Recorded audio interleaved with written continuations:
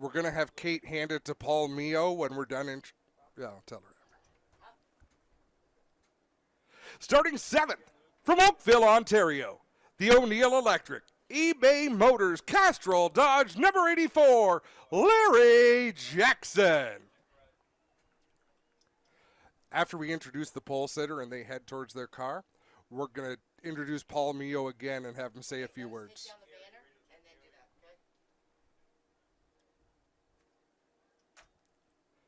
Starting 6th from St. Thomas, Ontario, the Castrol Edge, Cathcart Trucking, CIM Metals Dodge, number 17, DJ Kennington.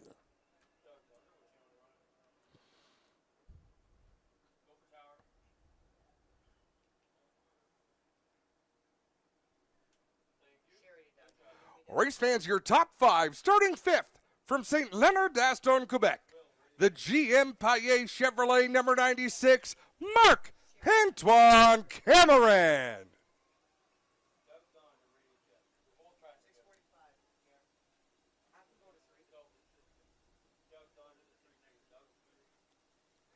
Starting 4th from St. Joseph de Beauce, Quebec, the Transit, Fast Eddie, RJ Investissement Chevrolet number 8, Raphael Lassard.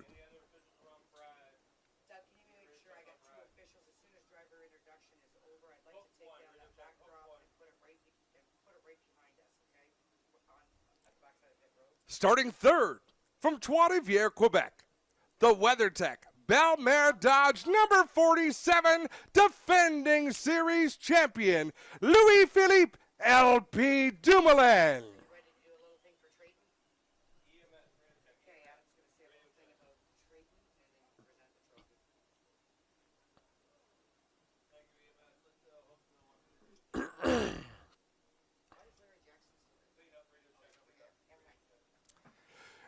Now, race fans, your front row. On the outside of row number 1 from Grimsby, Ontario, the RGC Sports Quick FBM Chevrolet number 20, Trayton Lapsevich.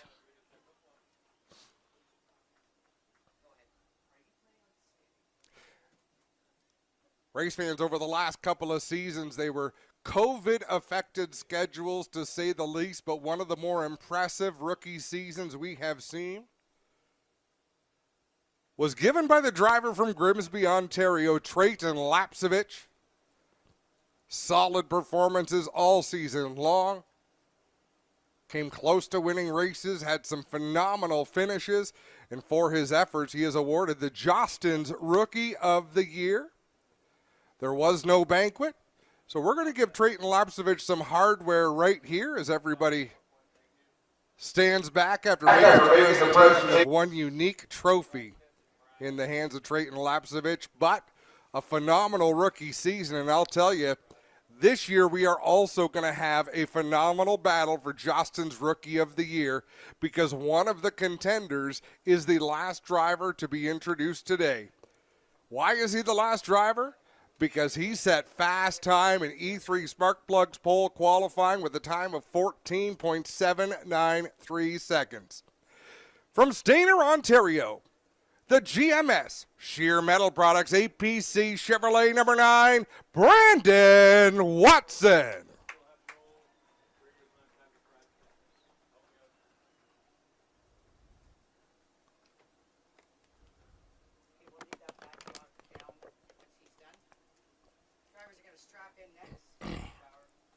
So make sure Caitlin knows we got to give the microphone to Paul. Make sure Caitlin knows once that backdrop. Don't let Paul get away. No.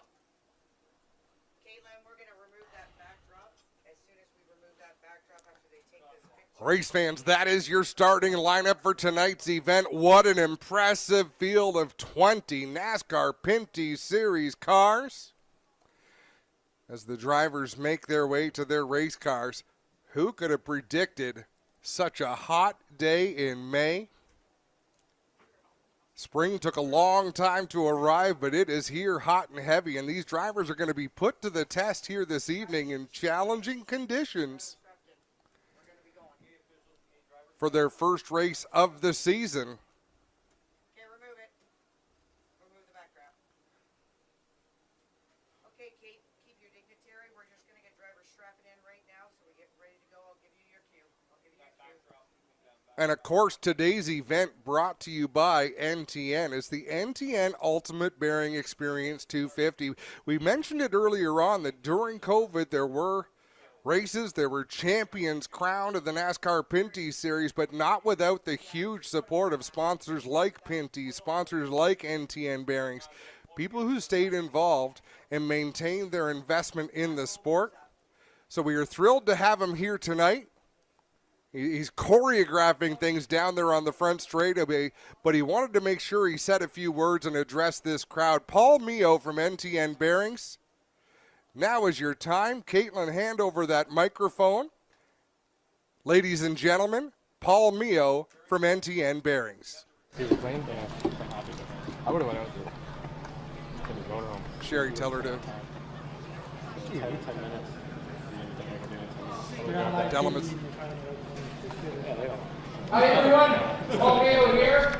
I just wanted to say thank you very much for coming out to a great race today. It's our first NTN Bearing Ultimate Bearing Experience 250.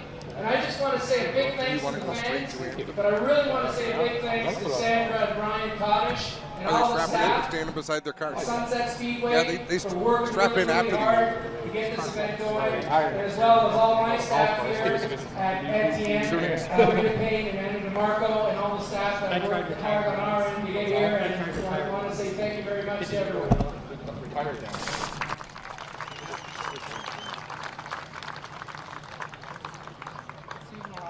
Race fans, at this time, we'd ask you to please rise and remove your hats for the playing of the national anthem.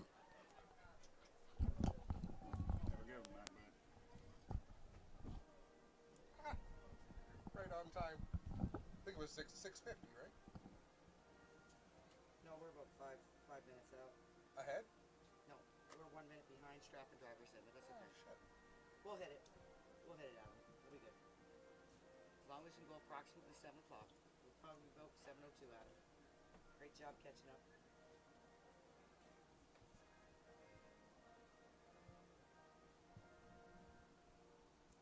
You're right, a radio would be helpful. I'm trying to get these guys to fast. Go 6, maybe 5 minutes to Strap. We gotta catch up.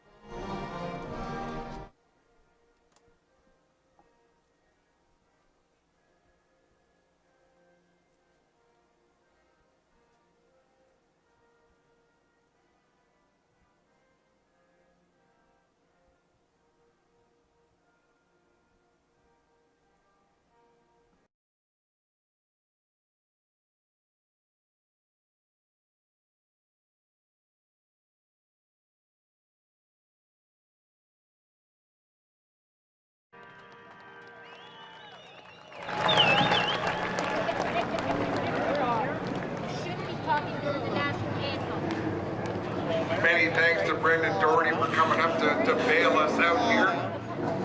Always fun to listen. How about that? Alex Tagliani, driver of the number 18. They had some fuel pickup problems. Glad to have Alex Tagliani ready to race. We talked about it earlier on. I should go back to the beginning. My name's Adam Ross, the voice of the NASCAR Pinty Series. Thrilled to be with you here today. And even more thrilled to have Clinton Jeffrey here, as he will be all season long, to call the action. Thanks, Adam. Great to be back. Oh my goodness, can you believe the weather we've got? Like, Mother Nature is a race fan.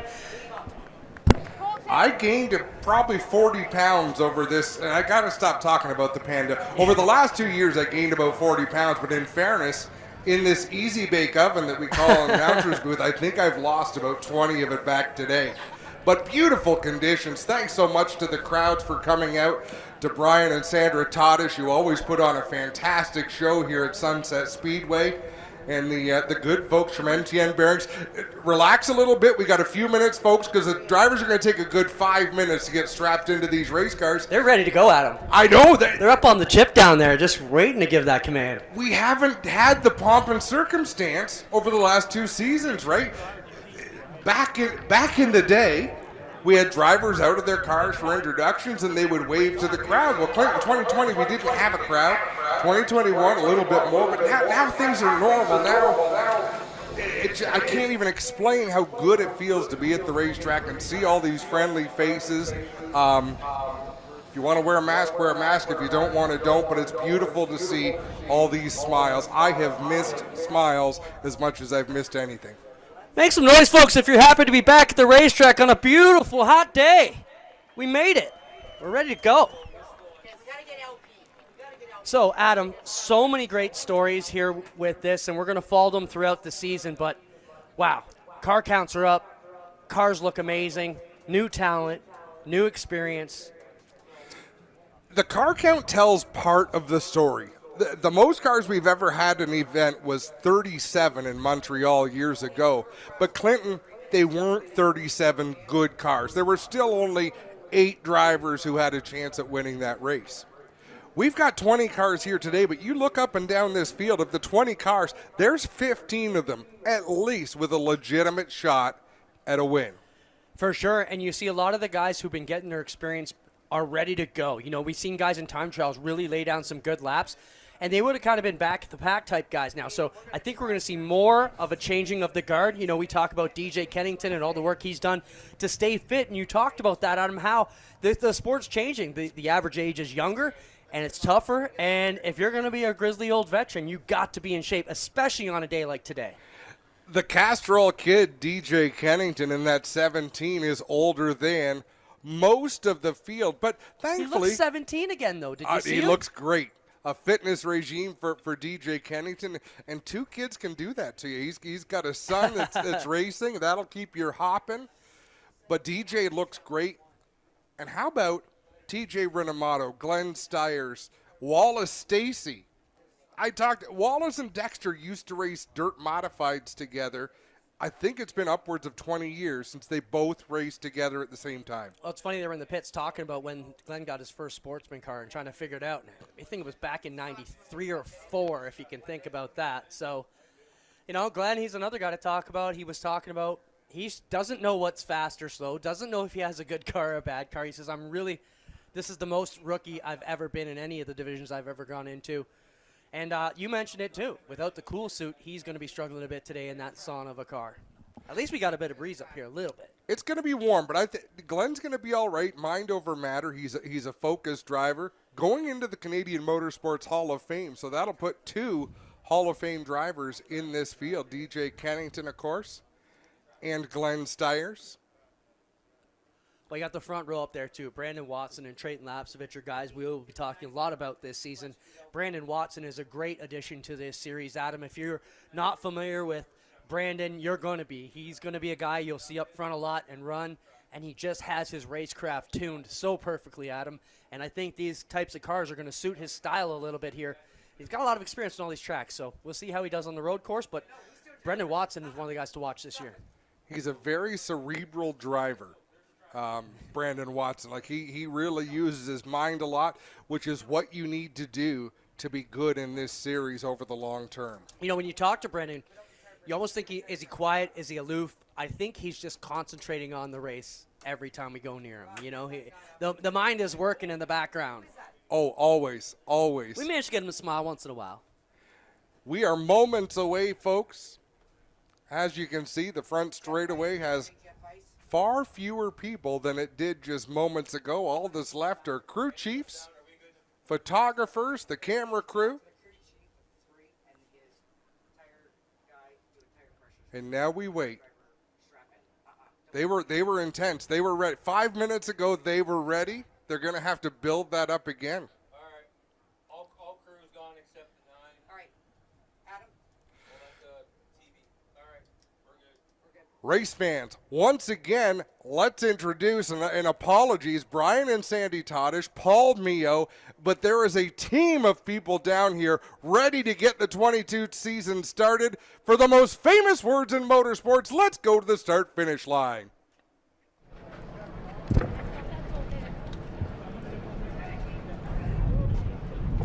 Driver, start your engines!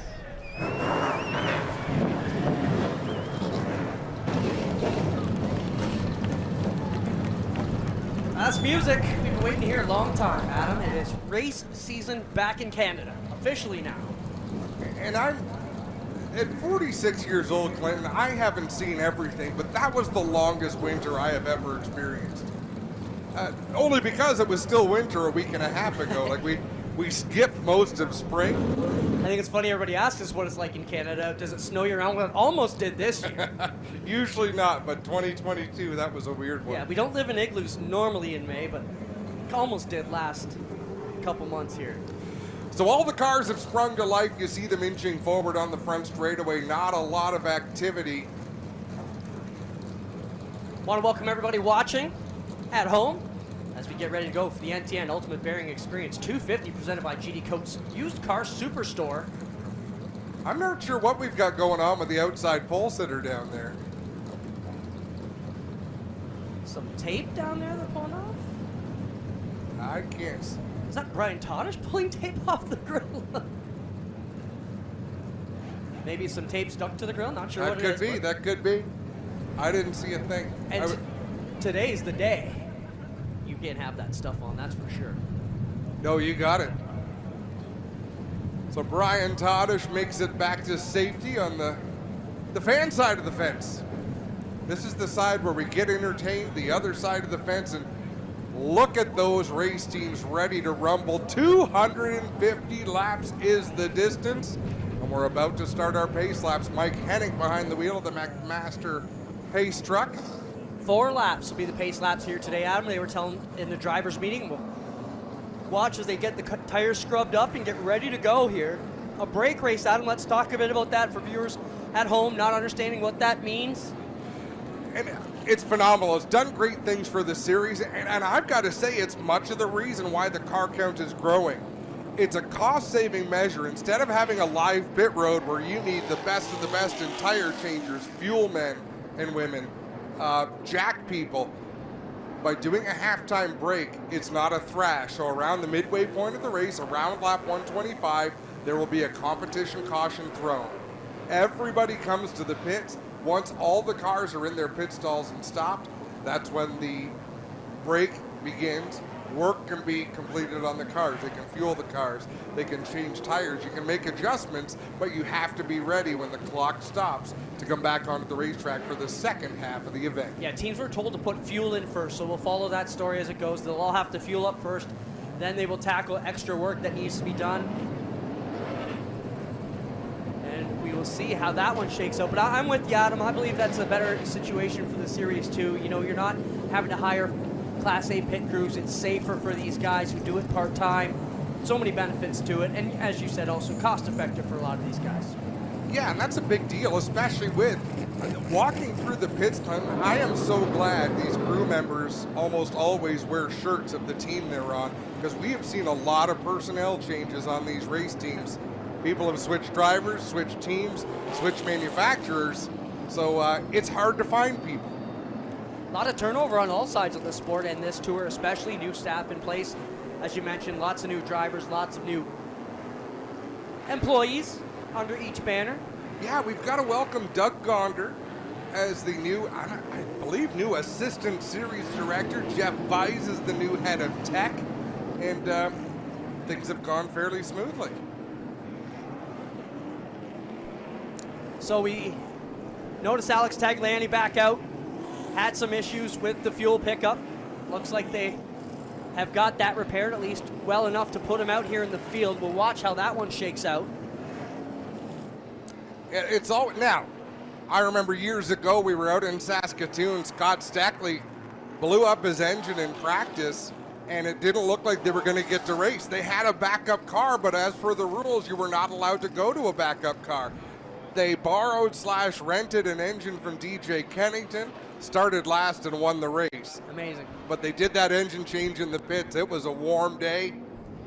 And I can still remember DJ because he finished in the top 3, was not impressed with the burnout Scott Steckley did after the race. I lent you that, but I didn't say you could burn it down. So we're seeing some debris on the racetrack. I believe that's down in turn number 3, and the safety truck is on the scene. And speaking of debris and things in the way on the racetrack, what having 20 cars does, Clayton, the top 10 cars, the top 15 cars, very competitive. behind that, you've got drivers who are either learning their craft, struggling with setup. Like Glenn Steyer's a veteran driver, but this is brand new to him. TJ Renamato still learning his way around things. Sam Fellows learning how to get it done. Brian Cathcart has been away from the sport for a while. Wallace Stacy has been away. The reason I bring all that up, that is going to create traffic for the leaders, and we haven't seen that in a couple of years. We haven't had the kinds of fields where you have traffic. It is going to be a game changer. Yeah, it won't be long before we have cars bumper to bumper ringing this entire track surface. Got to be getting close, though. 1 to go this time at the stripe. Next time we're going to set them loose for 250 laps. Alex Tagliani hanging back in that Viagra NTN number 18. He's going to have to get it up to the field, catch up. It's just about go time, Adam. Half a lap. Time to tighten up those belts. Spotters and crew chiefs will be talking to their drivers, keeping them calm and cool.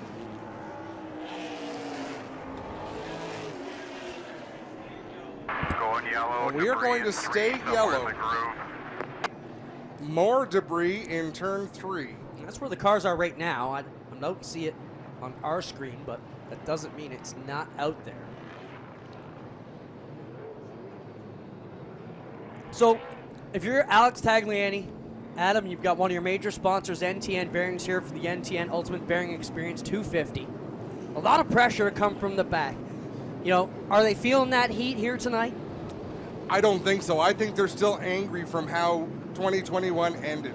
Alex Tagliani should have been the champion in 2021. He came into the final weekend at Delaware with a solid points lead. All they had to do was finish decent. And they struggled. They had some bad luck. They had some issues that cost him the championship. I think that chip on their shoulder is bigger than any stress of having your sponsor at the track.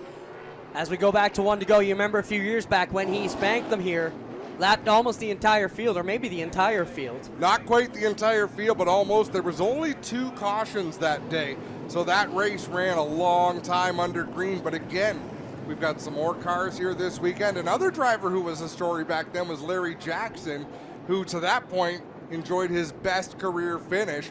Watch for that O'Neill Electric Supply number 84 to turn some heads today, Clint. All right, race fans, here we go. Are you ready? Make some noise as they come to green. Time to go. The NASCAR Pinty Series 2022 season gets underway, Adam, and they take it. Good clean start down the front straightaway. Brandon Watson in that number 9 noses ahead of Trayton Lapsevich. He'll lead the way down into turn number 3. Lapsevich couldn't close the door on LP Dumoulin. Now he will clear. Top 2 have strung out single file. They are 2 wide all the way through the field. Yeah, double file there with the Quebecers going at it. Dumoulin and Lassard working on the outside. Lassard up on the top 3 working the bottom, and Kennington right up the back door of the 8. Yeah, DJ Kennington looking racy up there on the outside. And again, the mid part of this pack from 3rd place all the way back to 18th is 2 wide, dicing it up. People looking for racing room. Watson with the lead off of 4. Lapsevich trailing. They almost got 3 wide there with Marc-Antoine Cameron, LP Dumoulin, and the Lassard number 8. Kennington a little bit back behind them, and then Gary Clute trying to make it to the mix, but it's still the 9 of Watson. And I'll tell you, Clinton, 3 wide is something you will see quite a bit here at Sunset Speedway. Because when there's a car on the inside of another car, driving the bottom of the track, you can get loose real easily. The car behind them, the tendency is to make a move. Wiser times is when we'll see drivers back out of that 3 wide, but we will see some 3 wide action here today. Marc-Antoine Cameron on the inside there of LP Dumoulin, the champion from 2021 in that WeatherTech Dodge, working on the outside. Side by side, they battle for 3rd. Cameron and Dumoulin watching Alex Tagliani all the way at the back of the field. He's working the outside of Sam Fellows. Up on the back bumper of Glenn Steyer's in that 0. They're about half a lap behind the leader. Still watching the battle here with Marc-Antoine Cameron and LP Dumoulin. Now DJ Kennington trying to get the Castrol Dodge up on the inside of the 47. you know, they want to get strung out, they want to get single file, but at the same time, you also want track position, and they're going to fight throughout the race to get it. There was contact there between Kevin Lacroix in the 74 and Andrew Ranger in the 27. Lacroix squeezed Ranger up to the outside on the front stretch. You know, those are two drivers that you wouldn't expect to be that far deep in the field, and they're working to get their handling. Currently now, they're 11th and 12th. It's a long, long race. But yeah, you would expect them to be further to the front, especially Kevin Lacroix, who always qualifies well, it seems. Whoa, TJ Renamato, all sorts of loose coming out of turn number 4. He gathers it in, but Dexter Stacy swings to the outside of that number 2. Up front, still Brandon Watson, Drayton Lapsevich, smooth and steady with no pressure. Behind them, Marc-Antoine Cameron about 5 car lengths back. It's about 7 or 8 back to LP Dumoulin and DJ Kennington. Further back in the field, TJ Renamato got loose. Dexter Stacy went around him. Glenn Stiers tried to make a move, but has backfired on Stiers. He got hung up on the outside. He'll fall all the way to the back of the field behind Brian Cathcart in the 71. Leaders off of turn number 2 onto the back straightaway. The back marker's about a full straightaway ahead, and that gap is diminishing as every lap goes by. And Marc-Antoine Cameron has reeled up to these top 2, Adam, and may be ready to make a move. Cameron has a lot of speed in that GM Paille number 96. Nice to see Marc-Antoine running his own number. Big announcement with himself and Andrew Ranger, his teammates. Caden Lapsevich is a hot story there, former series champion, working with Andrew Ranger, and when they get the metrics good on that team and get it tuned up, they should be a force this season. No, I think you're absolutely right, Clinton. And look at this, a straightaway ahead of the leaders. We've got them battling. Glenn Stiers, Brian Cathcart, TJ Renamato. One car at a time. It's not bad for the leaders to come and put someone a lap down.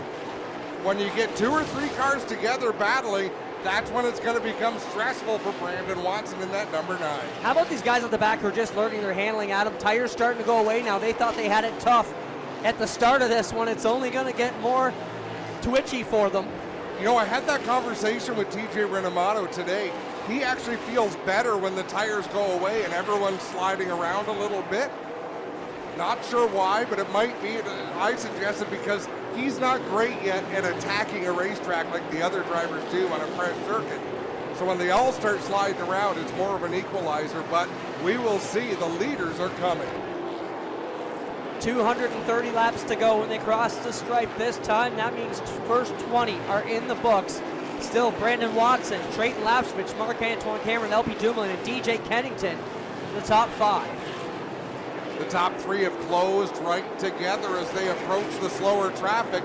And now the slower traffic is passing even slower traffic as Wallace Stacy being overtaken by the back of the field as the leaders approach. So there is a lot going on for Brandon Watson to take in out his windshield right now. And as he does that, Lapsevich closes up on the rear tailgate a little bit and will dip below. Lapsevich with a better line off of 4.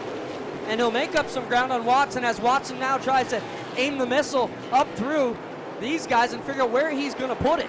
That's a carefully crafted move by Drayton Lapsevich. Go to the inside as there's people side by side behind him. It didn't pan out this time, but he's keeping Brandon Watson busy looking in his rearview mirror. Watson on the back door of the Stiers 0 now with TJ Renamato right in front of them. They're double wide in front of the leader. And if he can get around Stiers, he'll be clear of that car. Then he'll have to deal with this Velamo 2 of TJ Renamato. Around the outside they go. And Glenn Stiers is about to learn something about these cars, because we saw it there going into 3 the last lap. They react much more favorably when you really ease into the corner. So even though he was getting overtaken there, I guarantee you Glenn Stiers just learned something about these cars that he'll be able to put to work over the next 225 laps. Well, you know, you got the best in the field ahead of you right now. Maybe you do learn a thing or two about the line here at Sunset. But Brandon Watson continues to lead. Drayton Lapsevich and Marc-Antoine Cameron in the Paille Chevrolet 96. And there's no quit in Stiers. Again, he goes to the outside of TJ Renamato. Here comes LP Dumoulin, 4th place on the field. He wants to catch up to those leaders. And with TJ Renamato and Stiers in the middle, that's going to allow the top 3 to pull away a little bit. And that creates a gap between 4th, 5th, and 6th as they're about 20 car lengths behind now. Stiers still working the outside. Renamato so loose there in turn number 4. LP's going to drive to the inside of Stiers in that number 0, but who's going to get the lane on Renamato first? Watson now working on the Cathcart 71 as the leader again has to take it to the outside around the returning veteran. Stiers slammed the door closed on Rafael Lassard. There was a bit of contact, but on the bright side, he passed Renamato. Let's see if there's any damage to the Lassard 8 as they come by. Just a donut on that right front. It didn't even look like it pushed it in, Adam. Now, these cars are pretty rugged, Clinton. They can take, I don't want to say take a beating, but they can take some abuse. Look at Marc-Antoine Cameron pressuring the number 20 of Trayton Lapsevich. The top 3 are nose to tail as they work through 1 and 2. Closing in on the back end is Sam Fellows in the 98. That's a little bit more than nose to tail. That was a nose to tail between Marc-Antoine Cameron and the Lapsevich 20. Lapsevich will give the way, and now Marc-Antoine Cameron not content to ride around here, Adam. He is chasing down Watson here. He is so. I'm going to direct my attention back to Sam Fellows, running in the 16th spot on the lead lap.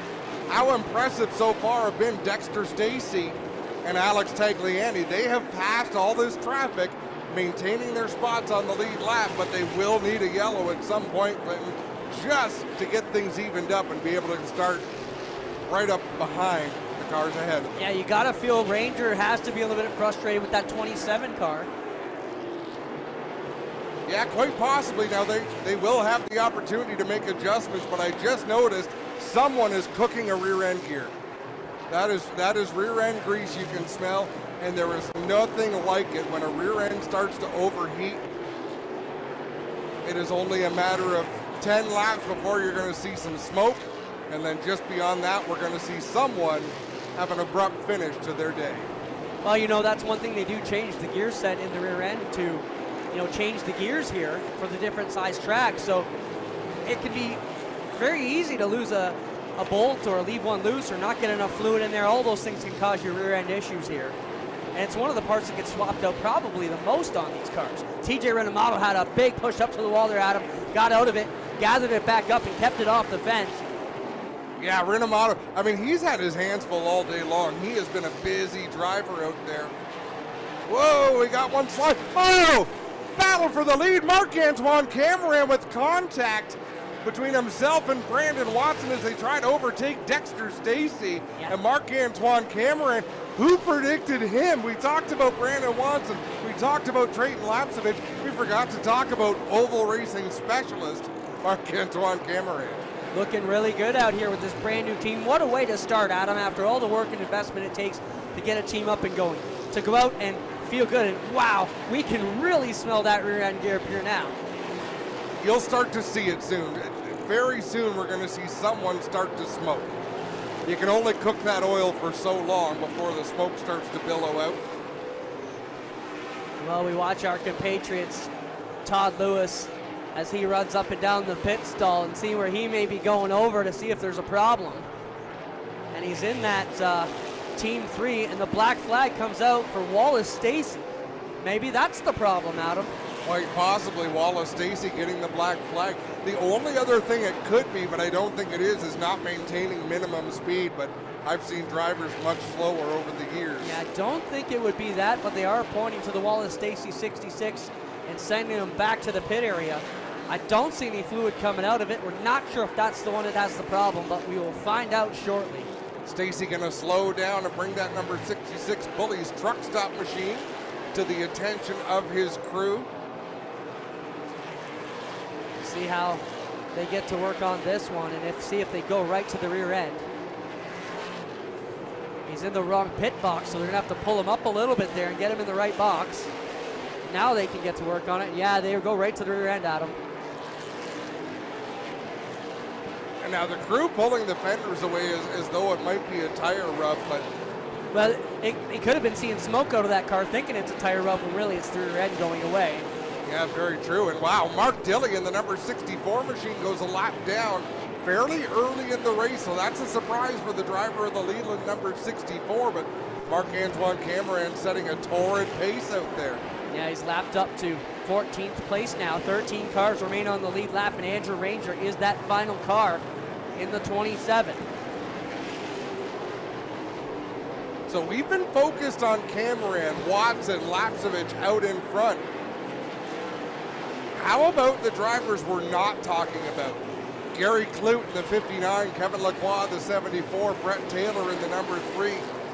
This is the kind of race you want to have if you're a top 10 car but not a dominant car.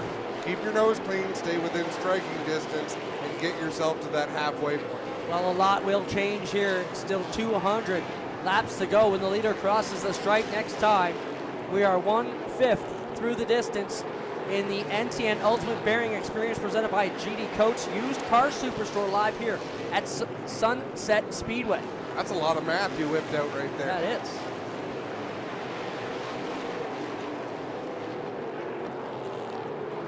Still Cameron, Lapsevich, Watson, Dumoulin, Lassard. Then Kennington, Clute, Lacroix, Taylor, and Jackson, your top 10. All still on the lead lap.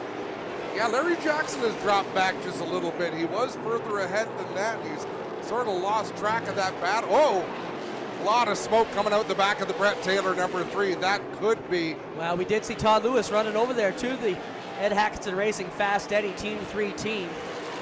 Pit stall and see what's up, and more and more smoke out the back. And he's fast. He's still fast enough to put the pressure on Kevin Lacroix, but lots of smoke in the turns for that number 3 machine. Officials are talking about it on the radio. We'll see if they make a move here. The starter does not have a black flag in hand just yet. Yes, he does. Oh, yellow is out. We got trouble in turn number 4. It's Brandon Watson, I think. Adam. No. Yes, it is Brandon Watson, and he is stuck right now. Black flag in hand, and it'll be for most likely Brett Taylor's number 3. It's kind of a strange lock up there. I can't get it going, but gets it sorted out. Well, folks, as our good buddy Greg Callen say, if you came looking for a show, well, here you go, because Brandon Watson from the back should be something to watch. Brandon Watson got going, but he is behind the race leader, Marc-Antoine Cameron, so he is down a lap. Unless they determined that he got going again before Cameron went by him, but. Well, Adam, as they sort this out, good time to take a quick break.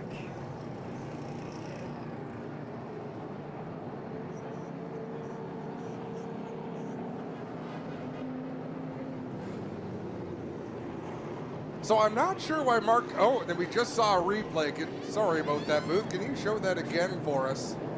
Yeah, Chuck, if we can see that one again, that'd be good. Here we go. Down the back straightaway. Watson was looking to the inside of Andrew Ranger. He just lost it. Something's wrong with that car. Because Brandon Watson doesn't do those things? Yeah, and the way it took off, Clinton, the way he spun the tires trying to get going again, something is amiss on that number 9. Possibly broken axle, giving drive to one side, not the other, and that would explain why he could, get off the grass, possibly. That could, in fact. We're just guessing. Is he missing the right rear axle cover? Oh, I didn't see that. When he goes by again, have a look at the right rear wheel. So every car, although some of them aren't as obvious as others. Crew going to work here. Fire under the Brett Taylor number 3, and that is the rear end, Adam. That is the problem. So big fire there under the Brett Taylor number 3. Crew does a good job with the extinguisher right on there. Good job. But Adam, I think we found our rear end culprit. Yeah, I think we did too. Look at the right rear of Brandon Watson. So cap on the right rear of Bergeron, Cameron. I just don't see, but I think all of the white cars, yeah, they all look the same. False alarm. Not a false alarm in the Brett Taylor pit stall. We got a few of them coming in now. So Andrew Ranger in down here, Cathcart in. Larry Jackson putting a lot of smoke out behind that 84 machine as well. There we see a replay of the fire there. So Larry, that could be a tire rub on the 84, but what a strange time to develop. Brett Taylor getting out of the car, Adam. We just seen the belts go off and the hood up on the Tagliani. And Tagliani had passed a lot of race cars. He was doing really well. Larry Jackson in the 84. The rear end looks to be square in it, but just... What do you make of the tag steal, Adam? The crew person through the window, possibly working on the ignition. Well, what could it be? Could be working on the ignition, or if something strange, if a water bottle fell down between his feet, you'd have to go in this side. Let's back it up a bit. A fuel pickup problem could very well give you the same type of symptoms that an electrical problem could. So it could have been a fuel issue, or they thought it was a fuel issue. And again, we're just totally speculating up here. But that could be it. More smoke out of the Larry Jackson O'Neill Electric 84, and he will come in for service as well. Yeah, and Jackson has Howie Scannell Jr. on the pit box. Hold on. Are you pouring something hot to drink up here?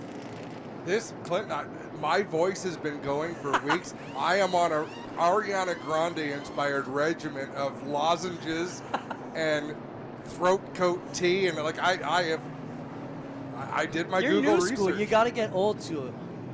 You need Shot of whiskey and whiskey all that stuff. Yeah. Cures everything. Make it rough.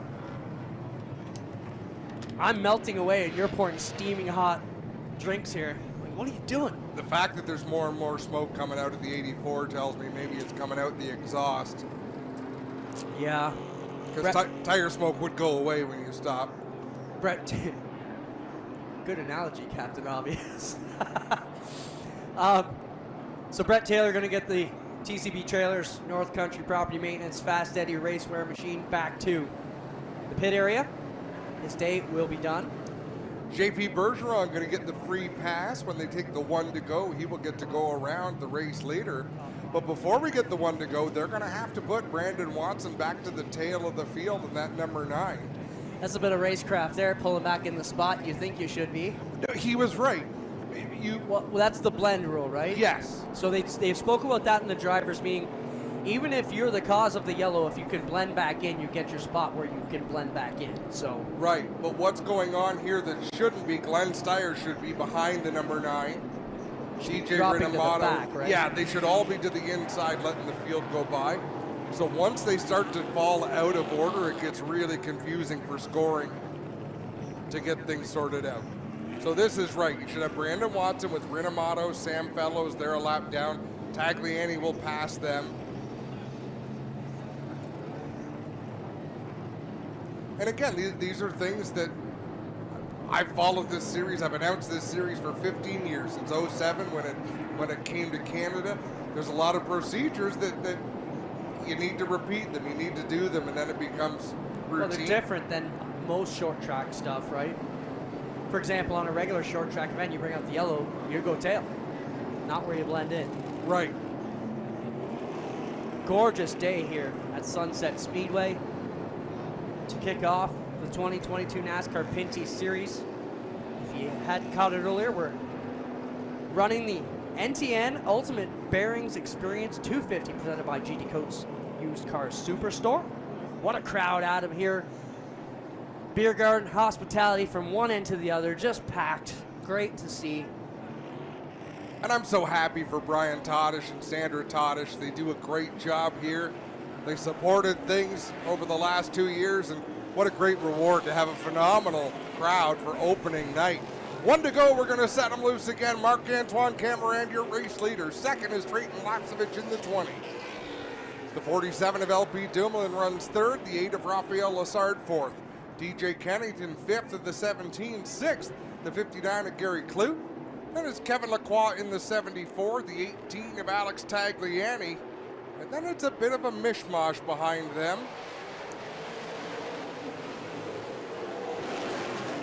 On it again, good double file off to the back chute they go. Working on that top side. Drayton Lapsevich trying to nose that machine out in front of Marc-Antoine Cameron with a straighter run is the 20, and he may get it. Lapsevich has a lot of laps around Sunset Speedway, so running the outside, no problem for this young man. Marc-Antoine Cameron with a lot of speed on the bottom, but Lapsevich comfortable up high. He's going to settle in. He's going to drop into second ahead of Raphael Lassard. Watching back in the pack here as we keep our eye for the 9 of Watson. The beauty of this is they had put so many drivers down laps at him that he didn't have to go back that far after all. Still working with two of the toughest in front of him, Kevin Lacroix and Gary Clute. And all he has to do right now is ride and stay within sort of sight of the leaders. That'll change when they come to lap the first car that's still on the lead lap. And right now, that would be Bergeron in the number 1. Oh, contact down here in turn 1. Larry Jackson pushed up high into the Bergeron number 1 cars. They got into turn number 1. They both look all right, no worse for the wear. We'll watch if they come by our vantage point here on the front straightaway. Looks all right. Yeah, Larry Jackson has his hands full in that O'Neill Electric supply. eBay Motors Canada, number 84. Still, Lassard putting heat on the back end of Trayton Lapsevich lap after lap. Two of the young superstars here in the NASCAR Pinty Series, racing for two of the super teams here in the series. I'll tell you, if Alex Tagliani has a problem in that number 18, I want a car with that kind of problem because he is all over Gary Clute in the 59. Well, whatever they didn't like, they must have got sorted out because you're right, Adam, not missing a beat whatsoever. And on our screen, we see Lassard still pressuring Trayton Lapsevich. Just ahead of them rides the race leader, Marc-Antoine Cameron, in that Paillé Chevrolet number 96. DJ Kennington looking for racing room under the 47 of LP Dumoulin. That's a battle for the 4th spot. About 6 car lengths behind the top 3, and Kennington looks to me, Clinton, to be a little bit quicker than LP Dumoulin, but not quick enough to make that move. We are 50 laps from the break at halfway, and we will be excited to see how that one comes about. You know there's going to be some of these guys trying to make some adjustments and get in there. If you're a guy like LP Dumoulin, you got to think a bit of wedge here, a little bit of tightening up there could be all you need. How about DJ Kennington? I'm a big fan of the car. The crew looks good, he looks good, car looks good. Yeah. They came to race this year. A fresh look for that 17, and look at that. They are battling and closing in on the top 3 right now. Top 3 are there. Now Kennington will make the move. Sticks the nose up under the WeatherTech Dodge. And the Castro 17 gets into the WeatherTech Dodge a little bit. Lets LP know he's there. As if LP didn't already know, but... No, and you know, you can close the door so many times, but DJ Kennington, the veteran that he is, he will tell you with his front bumper if you have closed the door prematurely. I hear you knocking, but you can't come in, right? I should be singing on the air. No, That's what I was thinking, though. I hear you knocking, but you can't come in this spot. It feels right. It feels right with you, Adam. There you go. We are too comfortable together. So Raphael Lassard is taking the 2nd spot from Trayton Lapsevich. He will try to close in on Marc-Antoine Cameron. Mark Tilley and Glenn Steyer's running a unique line around this racetrack. They are much higher on the track than just about anybody else. We see cars drive on the outside, but usually they're battling with somebody, not by themselves. You know, you talk about the Zero Steyers. He raced last night a 30-lap modified race at Ransomville Speedway. That would be like 30 races all strung together here. So we'll see how that one works out for him in the long run. As we said, endurance is the big problem for some of these newcomers. Well, there's a lot to adjust to, but he's out there holding the pretty wheel. I mean, Mark Tilley is a real veteran. He's got a lot of experience, and he's got good equipment, and he can't close in on that Zero machine. 3 wide, I told you we were going to see it. Sam Fellows on the inside. In the middle, it's JP Bergeron. On the outside, it's Mark Tilley. Didn't last very long, but we saw it. Woo! Bergeron got the back end kicked out coming off of 4. Tilley had to back out. Now look at Kennington making a move here on the Lapsevich number 20. That's the battle for 3rd. And these are old school passes. Kennington will just shadow you. He will only close in an inch or 2 per lap. But once he gets close enough that you can't close the door, he makes sure that you don't close the door. And that's how he makes his moves. Entering one a little bit higher and then coming down to the bottom to try and get the run on the Lapsevich machine. He is all over the back door. That number 20 cars, they make it off of turn 4. They were 3 wide again momentarily towards the back of the field. Man, that is exciting to watch, but I'm not sure they can maintain it for any length of time. Exciting for us, not exciting if you're in the middle. Wallace Stacy working up on the inside of Dilly, and they got together, and Dilly had to get on the brakes after contact. Now Sam Fellows and Larry Jackson looking to fill that gap under the Dilly 64. And Larry Jackson knows it's time to go. He's got to get to that halfway mark before he goes a lap down, and he's got to put some of these cars in his rear view mirror. And that O'Neill 84 looks real loose to me. We watched him try to get on the throttle out of turn number 4, and he's kicking the back end out almost every time. And of course, as I said that, it runs perfectly out of turn 4. I think he saw it. He smoked the left rear going into 1 that time. I think he knew, Adam, he's got to take it a little bit straighter off those turns if he's going to get around that Leland Industries 64 IHL machine of Mark Dilly. And ahead of them, it's Sam Fellows and Stacy, Dexter Stacy in the 92. And they're having a good battle. We were talking a few laps ago, DJ Kennington was looking to take over the 3rd spot from Drayton Lapsevich. He has dropped back about a car length and a half, 2 car lengths. So that position right now not being contested as Marc-Antoine Cameron puts Brian Cathcart another lap down. Lassard still runs in position number 2. Lapsevich will be 3rd. Then Kennington, Dumoulin, and Lacroix through 6th. Clute, Bergeron, Tagliani, and Watson round up the top 10. Ranger sits in 11th right now. Larry Jackson finally clears Mark Dilly in the 64. Just ahead of him are Sam Fellows and Dexter Stacy. Just behind him is the race leader, Marc-Antoine Cameron. So he has got to keep the pressure on and try to make moves before the 96 car gets to it. 1:56 to go still in this race, about 25 or so from the halfway break. Dilly way up high, that turn off of 4. Yeah, Dilly's car is just not cooperating. Larry Jackson glued to the bottom in that number 84, so if Cameron's going to go around him, he's going to have to do it the long way. Jackson, a gentleman racer, will always give room. He's just not going to make it too easy. 2 wide in front of the leader now. Sam Fellows and Dexter Stacy getting the move over flag. Or the hold your line flag, however you want to call it. Either way, the fast guys are on your tail. Oh, TJ Renamoto did everything but crash in turn number 2. I think he's got a problem, man. He got on the gas, got way loose again. Yeah, that car doesn't look right. He's feeling his way around out there in the number 2 machine. Either that or the tires maybe just going away a little more than he likes. Now Marc-Antoine Cameron trying to get under the Sam Fellows curb records 98. He'll make his way under the Dexter Stacy Bullies truck stop. 92 now working on. Fellows gets clear of him. So Larry Jackson is in the free pass position right now. But JP Bergeron ahead of him in that number 1. Once he gets lapped, he is in the free pass position.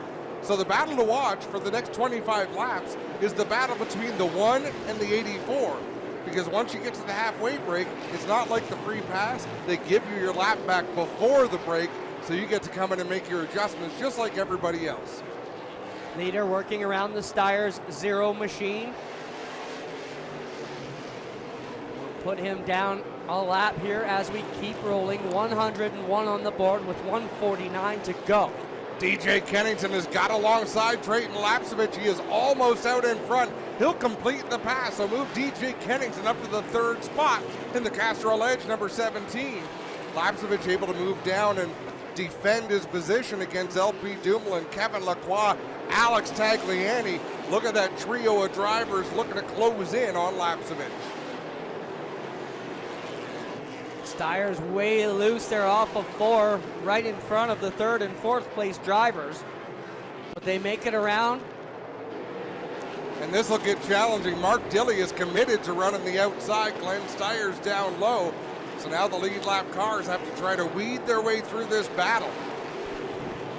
See where they decide to go. Kennington to the outside of the Steyrs 0, but he's going to get boxed in there behind the Dilly machine.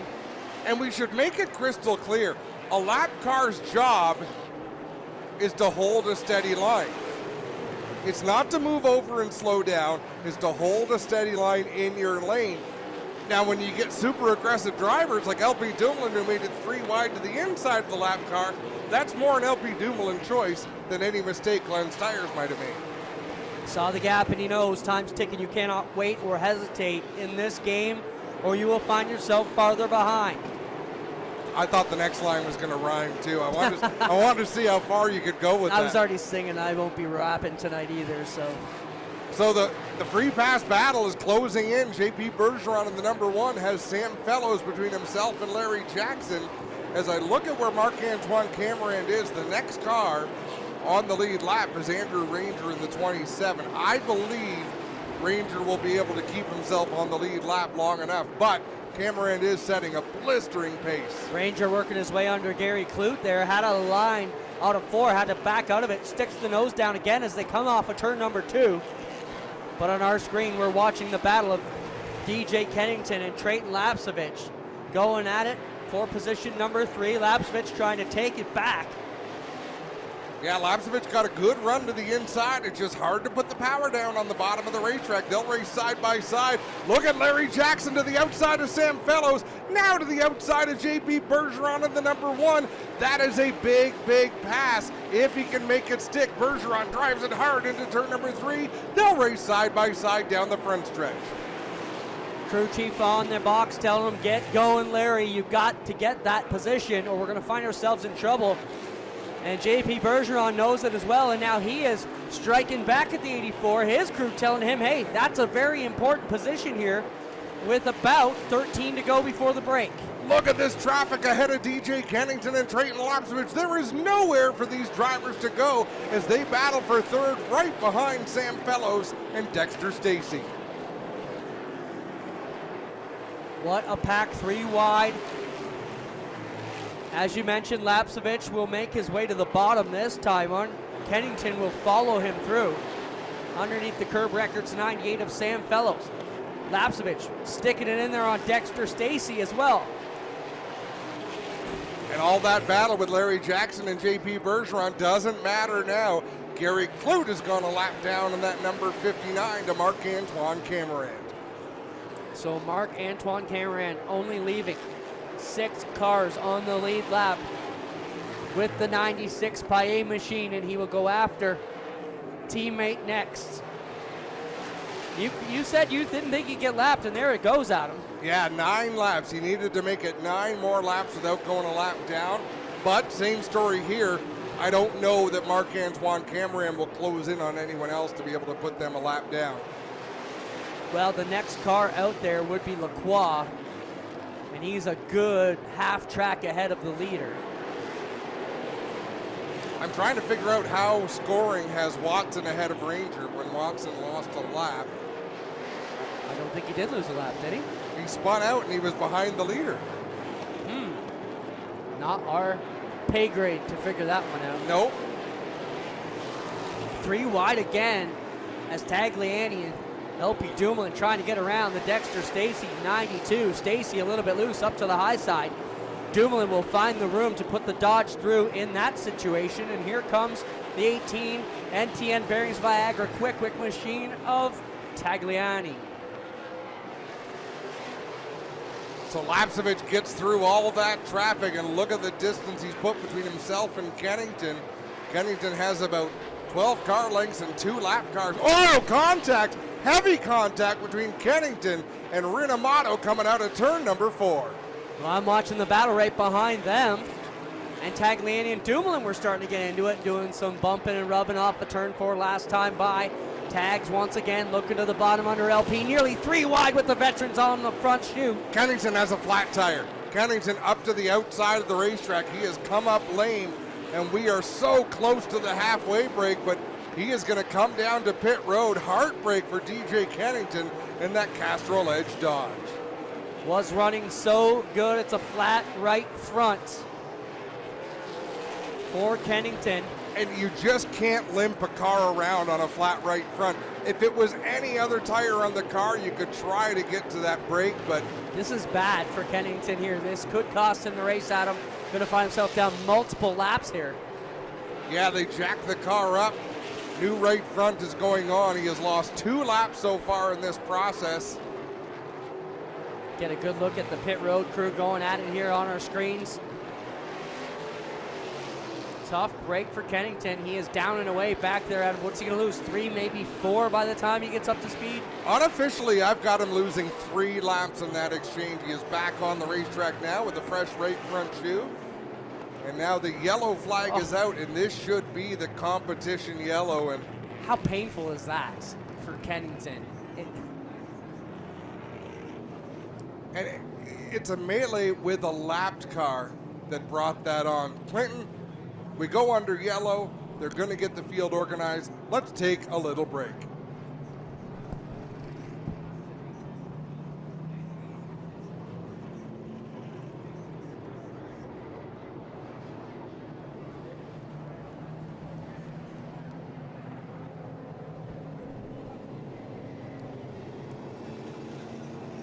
So Gary Klute in the 59.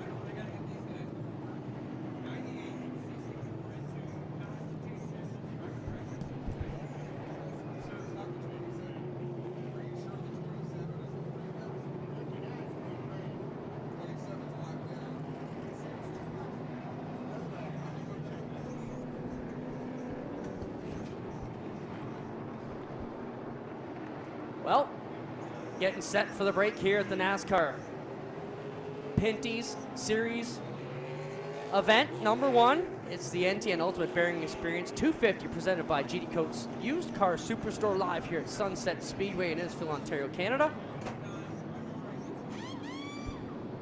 And I was mistaken. Andrew Ranger is 2 laps down, so Gary Klute gets the free pass. He will come around the field before they come down pit road. Unofficially, it looks like 6 cars on the lead lap after Marc-Antoine Cameron was just tearing up the field. Safe to say a lot of drivers are hoping for a lot of yellows here in the second half to get laps back. And that's how these races will go, Clinton. I mean, there is a storyline that these races have followed for many, many, many years. Through the middle part of the race, they don't get boring. You just have to settle in. And a car that's got a good setup is going to hang in there. Cars are going to fade. Someone's going to set the pace. But once you get into that final third of the race, sometimes it's less, sometimes it's closer to the end, things start to get wild. People start to push the issue, and it gets pretty exciting. Oh, I can pretty much guarantee things are going to get wild here. Everybody wants to leave race number 1 with the championship points lead as they get out to a good start. Cars starting to work their way down now. We'll get ready to go to the break. So none of the pit crews allowed over the wall. These cars will come into their pit stalls. They will come to a stop. Once the final car has come to the stop, and I believe they all have to shut their engines off. I believe that's part of the procedure. The Fuel will be the first thing to get fixed up. Officials getting frustrated that the race leader, Marc-Antoine Cameron, he is supposed to lead the parade down pit road, but he is not receiving that memo.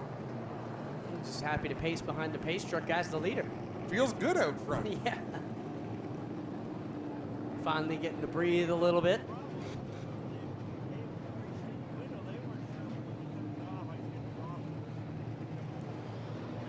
So it's a quick list to introduce your top 6 on the lead lap. Marc-Antoine Cameron at the 96, the 8 of Raphael Lessard, the 20 of Trayton Lapsevich, the 47 of LP Dumoulin, the 74 of Kevin Lacroix, and the 59 of Gary Klute.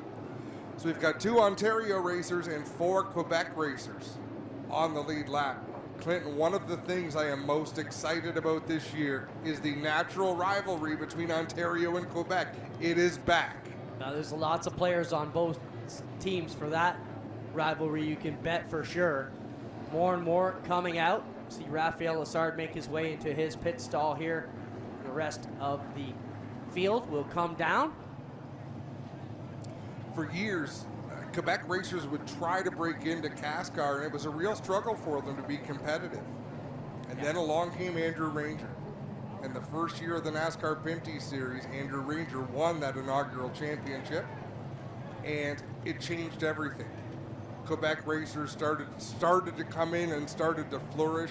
Alex Tagliani joining the series, the Dumoulin's joining the series. There was a lot of prestige to racing in this NASCAR Pinty series, and all of a sudden Quebec was the dominant force, and it was tough for an Ontario driver to get a win. I was going to say that the Quebec drivers almost took over this series for a couple of seasons there. They were dominant and outnumbering a lot of the Ontario drivers. As you see, crews getting ready to fuel up, and a lot of them are doing that now, Adam. That's the first task they were told in the drivers' meeting, to make sure you take care of fueling first and then make any other adjustments you may need. Yeah, there is a process they follow, and we can see some of the teams being scolded and sent back over the wall, but they'll get it sorted out. And I'm not sure if they get 4 fresh General tires or just right side tires, but we're going to find out. It looks like the 8 of Raphael Lessard has a couple more tires perched up on the wall, so maybe it is 4 fresh skins for the second half of this race.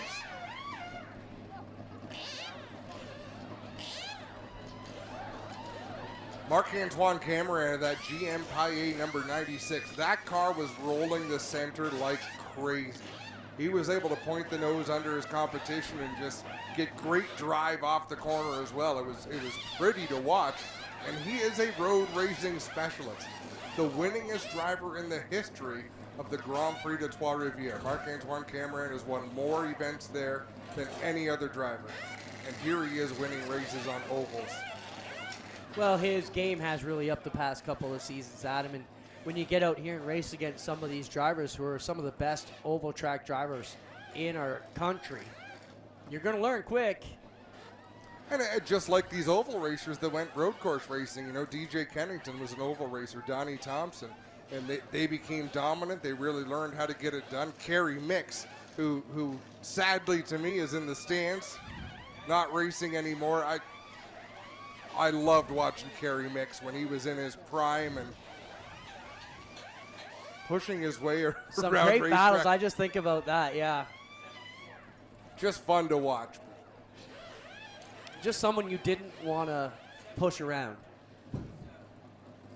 No, You get it right because back. because he had the skill, he had the willingness to race aggressively and to use his front bumper, but he had the skill and finesse to be better than anybody on a road course. Still to this day, the closest finish in the history of the NASCAR Pinty Series was 2007, Grand Prix Trois-Rivières, Kerry Mix on top of Andrew Ranger, and the margin of victory was 7/1000ths of a second.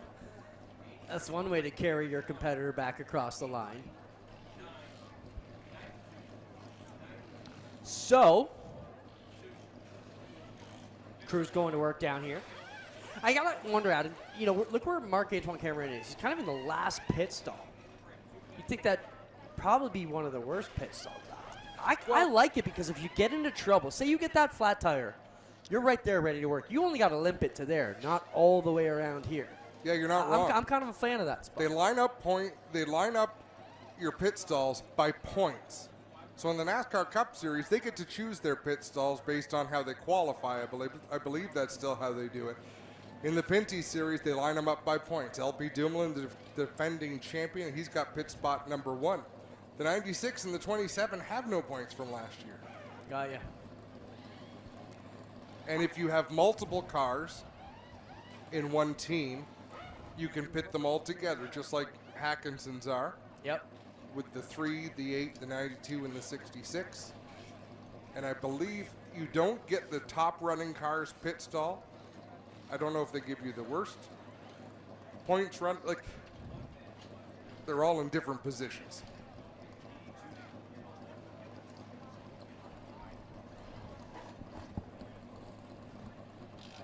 Sorry about that. Clinton, that was an interesting one. Yeah. Track staff, if you can please hit the light switch. We need the track lights turned on if you're out there. We need to keep this race going, so flick on the lights, please. So the point being, if LP Dumoulin's the defending champion and they bring 4 cars to the racetrack, they don't get the first 4 pit stalls. Got ya. So that, I don't know the formula they use. We're still working on Cameron's car here on our screen, Adam, and around the bend there. And did he tuck it into the wall there? They're like trying to wedge themselves between the concrete wall. Yes, he did. Give us a couple more inches there, bud. They got 4 of them wedged down there between the left side and the wall. And again, what a job by J.C. Payet. Robin McCluskey, they brought Robin in. I believe Marc-Antoine Cameron owns the building that they're working out of. I could be wrong there, but what a powerhouse team they've put together, and they've shown up ready to rumble. That's exciting to me, Clint. All the teams that have shown so much speed. Trayton Lapsevich with Scott Steckley's group, one of the fastest. Brandon Watson out of the White Motorsports group, one of the fastest. Marc-Antoine Cameron out of the GM Payet group. So all these different entities, but all bringing real fast race cars to the track. And that's going to help their other team cars get up to speed too. You know, if a team just struggled, but it looks like you're right. All these powerhouse teams have like one guy who's really hitting on all cylinders right now, and that's going to help them pick up their game across the board. I was so excited years ago when Caden Lapsevich won. The first year that Pinty's got involved with the series, Caden Lapsevich won the championship. And I was so excited because he and Kevin Lacroix were going to have phenomenal battles for years to come. And Andrew Ranger was in that mix as well, and it didn't happen, which is unfortunate. Caden left the series. He took other opportunities. He is back as crew chief for Andrew Ranger in that number 27. So people I was hoping would be rivals for years to come on the same team. And I watch for big things out of that group as the season progresses. But you got to give a shout out to a kid like Caden Lapsevich. It would be easy just to try and take off and be a professional racer after being a NASCAR champion. But he didn't do that. He moved away from home, went out, bettered himself, got smarter in the craft of racing, went to a school that taught him about racing, got even better, and now he's back as a crew chief. I got to wonder what it's like for the Lapseviches, Sherry and Jeff. You know, you got your one boy out there racing, but the other one's a crew chief for a competitor. You know them. Who's Sherry pulling for? Whoever's doing better. Sherry likes a winner. Mom, you didn't cheer for me. Well, you sucked last night, so sorry, it was your brother we had to cheer for. And, of course, Ryden Lapsevich coming up through the ranks. He had a top 10 finish at Delaware Speedway last night in the Super Stock division. Yeah, you think Trayton likes to smile. Wait till you meet Ryden. Ryden is a firecracker. Got that brand new Ace Services number 12 ready to go. We'll be seeing that before too long around these parts. They spent a lot of time here with, Trayton cutting his teeth here. I'm pretty excited to see Wallace Stacy back on the track in that number 66. So whatever they brought him off the racetrack for, they must have addressed it. He's going to get back out there and run more laps, because if he's committed to running the season, and I believe he is, every lap is valuable. We haven't seen it happen yet, Adam, but they were told in the drivers' meeting that if they take the right-hander, go back into the paddock, they're considered done for the night. So if you've seen the drivers head back to that pit area, they're basically calling it a night. But nobody has made that move yet. The Taylor, number 3, still sitting in the infield. You see Brett with arms folded there. Got to be frustrated with that situation. He's behind the wall. It's the only one we lost so far, I think. He had a good car tonight, Clinton, but not a great car. So if there's any silver lining, it's that you didn't have the winning car and fell out of the race. So if you're going to have a night where you're not super competitive, that's the night you want to break. Yeah, not a bad analogy there. They're going to do good things this year, Brett Taylor, with that new partnership on the race car with North Country on the quarter panels of the 3 machine. Let's take another break, Clint. Yeah, we'll be right back here, live from Sunset Speedway.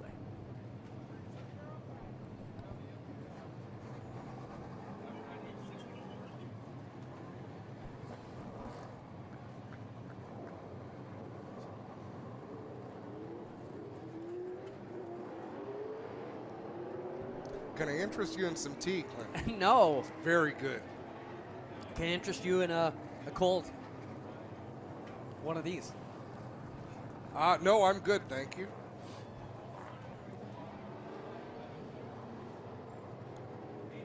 It smells good. I was going to pass it by you so folks. Oh, it smells like apple, like hot apple crisp or something. It's got licorice, it's got different stuff in it. And the full story, I got sick this winter and I lost my voice. and it never came back. Like, I got over being sick. Maybe you didn't lose it. Maybe it ran away. It's quite possible. I was desperate for solutions. I watched The Voice religiously on TV. I remember Ariana Grande giving out these lunch boxes to her team of singers. And I went back and watched it on YouTube, and I bought all the products that she promoted. I'm of the theory you just got to beat it up constantly, and you're just afraid it's going to disappear. That's what I did for years. 1 to go. We're going to set them loose. Marc-Antoine Camarand on the pole. The GM Paillet number 96 alongside of him. It's Raphael Lessard in the number 8 Transit past Eddie Machine. Drayton Lapsevich in the 20. LP Dumoulin in the 47. The 74 of Kevin Lacroix.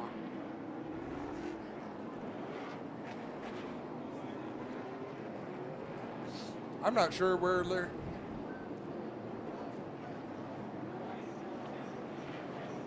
So we will work out the lineup and get ready to go.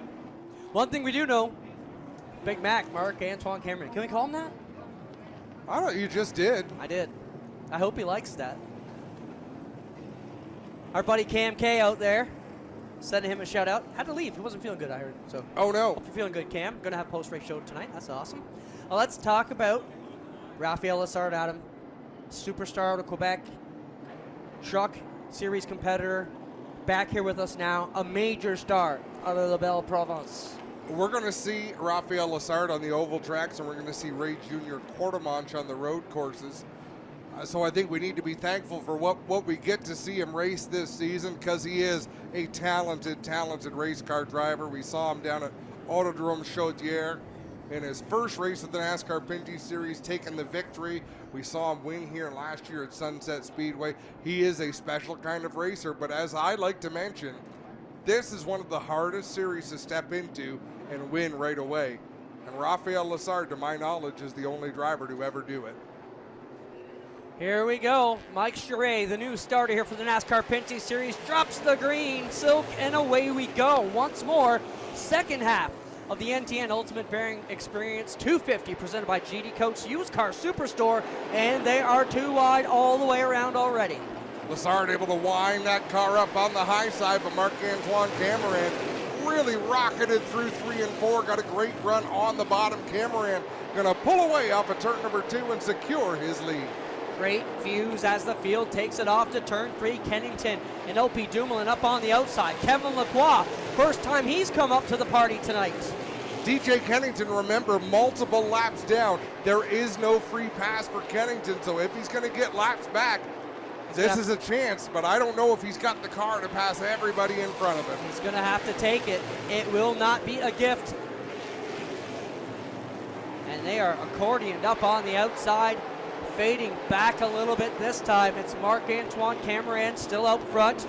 Drayton Lapsevich, Raphael Lessard, and Kevin Lacroix. Donnie Thompson has put the screws tight at the brake. He smoked the tires into one up on the inside, and now they drag race back off to turn number 3. He had every opportunity to punt Raphael Lessard in 3 and 4. He didn't do it, but then he launched the car into turn 1 to get alongside, and they continue to battle side by side for third. JP Bergeron right in front of the 9 of Brandon Watson, with LP Dumoulin up on the outside. On our screen, we watch the battle as Drayton Lapsevich leading Raphael Lessard, who's getting pushed through the turn 2. On the nose of the Lacroix 74. Andrew Ranger working into this battle, but he's still back there in 10th. Brandon Watson just drove it deep under JP Bergeron. I think DJ Kennington's going to follow that number 9 car as Brandon Watson getting a good run again, this time on Andrew Ranger in the 27. Kennington fading back behind the 9 of Watson. It looked like he had the bit in his mouth and was ready to gallop around the front, but couldn't make it work. The Quebecers still going at it. Lessard and Lacroix all over the back tailgate here of the 20 of Drayton Lapsevich.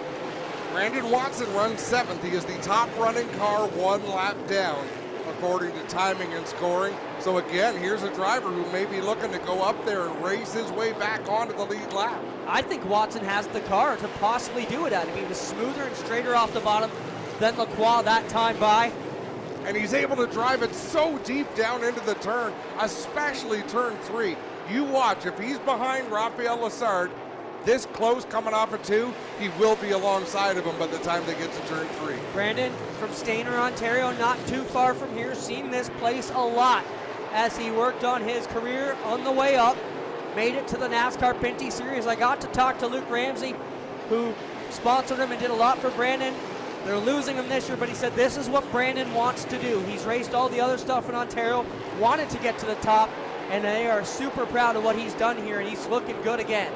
Yeah, I still think it's a tip of the hat to the APC series that Brandon Watson is not that he's cut his teeth in it because he's raced everywhere, but it reflects well on the series to have Trayton Lapsevich, Brandon Watson performing as well as they are. And no doubt a big loss to that series, Adam, to lose these two superstars that a lot of people come to watch in that series, but they have a bunch still to get it done, just as we do here. This series stronger than ever, closing in just under 110 to go, 108 remain for the leader Marc-Antoine Cameron, and he is not running away from Lapsevich or Lessard. No, Cameron still looks great, still able to run that car right around the bottom of the corners here in that 96 machine.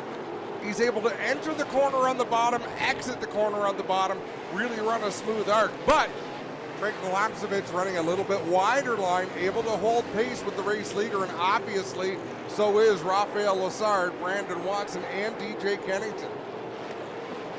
Cameron out by about a 2 to 3 car length advantage on the front straightaway this time.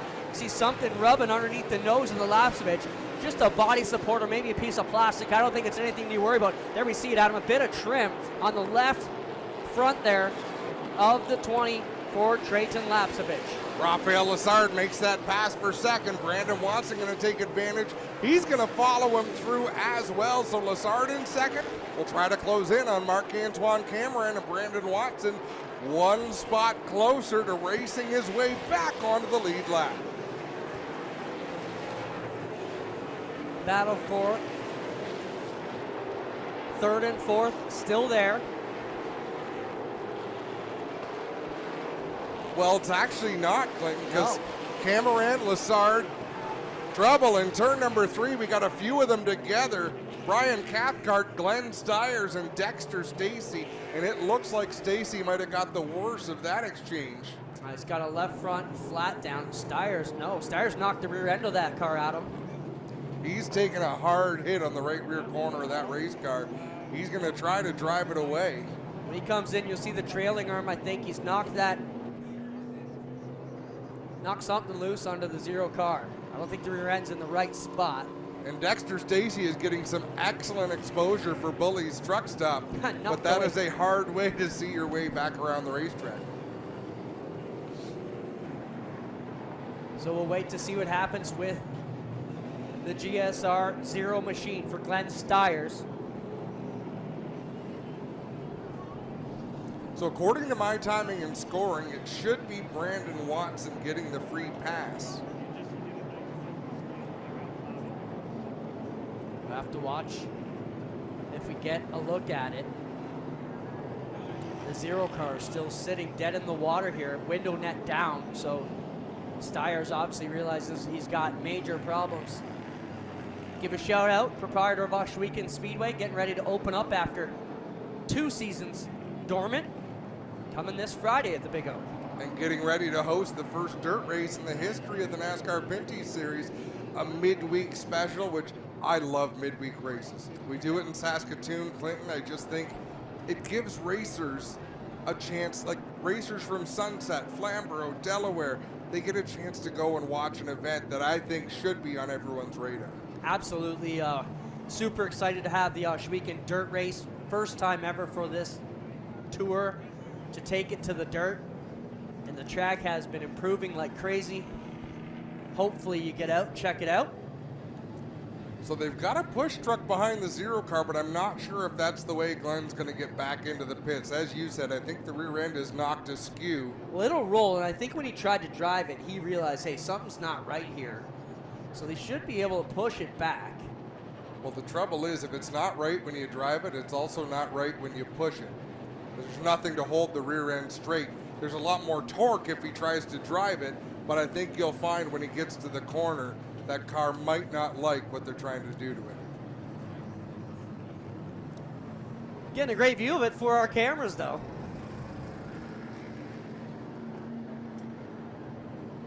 Glenn's got a lot of family watching at home tonight, not the way he wanted things to go. No, but you know what? I thought he looked really good. He didn't look badly out of place. I thought No. Wallace Stacy looked good. Yep. Like they were out there performing. The big question for Glenn's how's he going to do on this road course next week?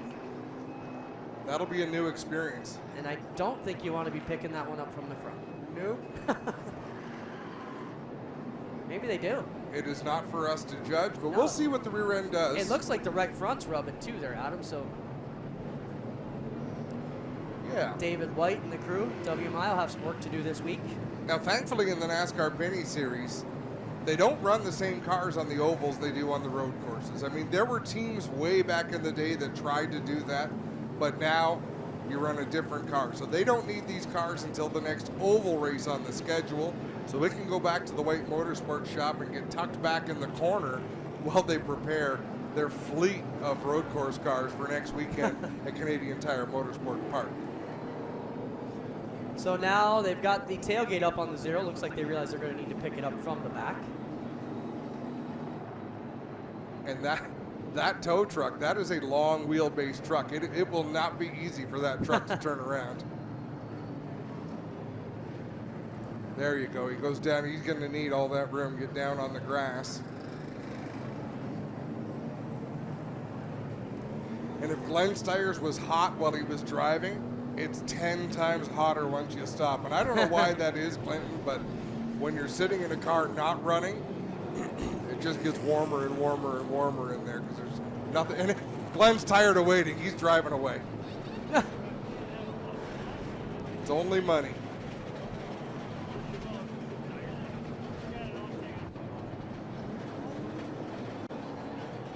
So he will take that right-hander down. He drove it up to the tow truck. So I'm going to help you out, my friend. You got more room here, and the push truck goes back behind him. Boy. I don't even know that Glenn had the steering wheel on. Like He thought he was getting towed. We need Benny Hill music.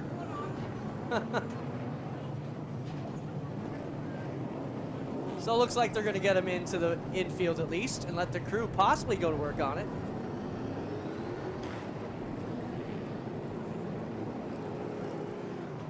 It's locking up on him now. Well, yeah, it's because everything. It's all bound up underneath. You can see the parts hanging underneath, drive shaft, probably all a mess. At this point, shove them out of the way so they can get it going. One to go. And Glenn, as a track promoter, had to be, come on, we got to get this Yeah. show rolling. What are you doing? Brandon Watson back on the lead lap. That'll put 7 cars on the lead lap. JP Bergeron, the top running car, 1 lap down in the number 1 machine.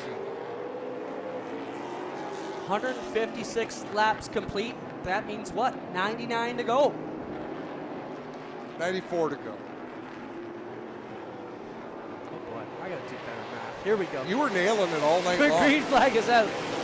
You were doing so good with your math that I actually doubted what I had just said. Whoa, TJ Rinamato way up on the high side in 1 and 2. He gathers it in, and we've got a battle for the lead. Rafael Lessard on the high side. Marc-Antoine Cameron down low. Lessard was biding his time here with 95 to go, and I know because it says it on the screen. It is Marc-Antoine Cameron trying to take the lead back from his fellow Quebecer here. And Kevin Lacroix, we haven't talked a lot about the Lacroix tuning, number 74, but here he is up in the top 3 battling with Trayton Lapsovich side by side. The top 2 rows still battling just like they were on the base laps, side by side, door to door. Behind them, 2 by 2 they are. It's Lapsovich with Lacroix. But look at this battle for the lead, Adam. You know, who would have thought after this far into the distance we'd have them door handle to handle here off to 1 once again. Marc-Antoine Cameron grabs the lead a little bit. Good, hard, clean racing. Marc-Antoine Cameron fends off the challenge of Rafael Lessard. And even though they were battling, thankfully for them, Lapsevich and Lacroix battling side by side, so they weren't able to really close in. Cameron, Lassard, Lapsevich, Lacroix, and Dumoulin are the top 5. Gary Clute on the lead lap as well. Watson still 1 lap down.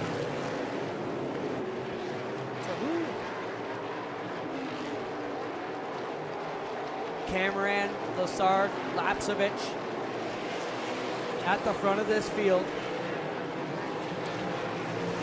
This timing and scoring stopped working. Oh, that's great. Because Clute's running 5th. Dumoulin back in the 6th spot, so I blame my math on the race monitor. possibly. Cameron back out front, the position he needs to be. Lassard just lurking there, waiting for an opportunity as we're within 100 to go.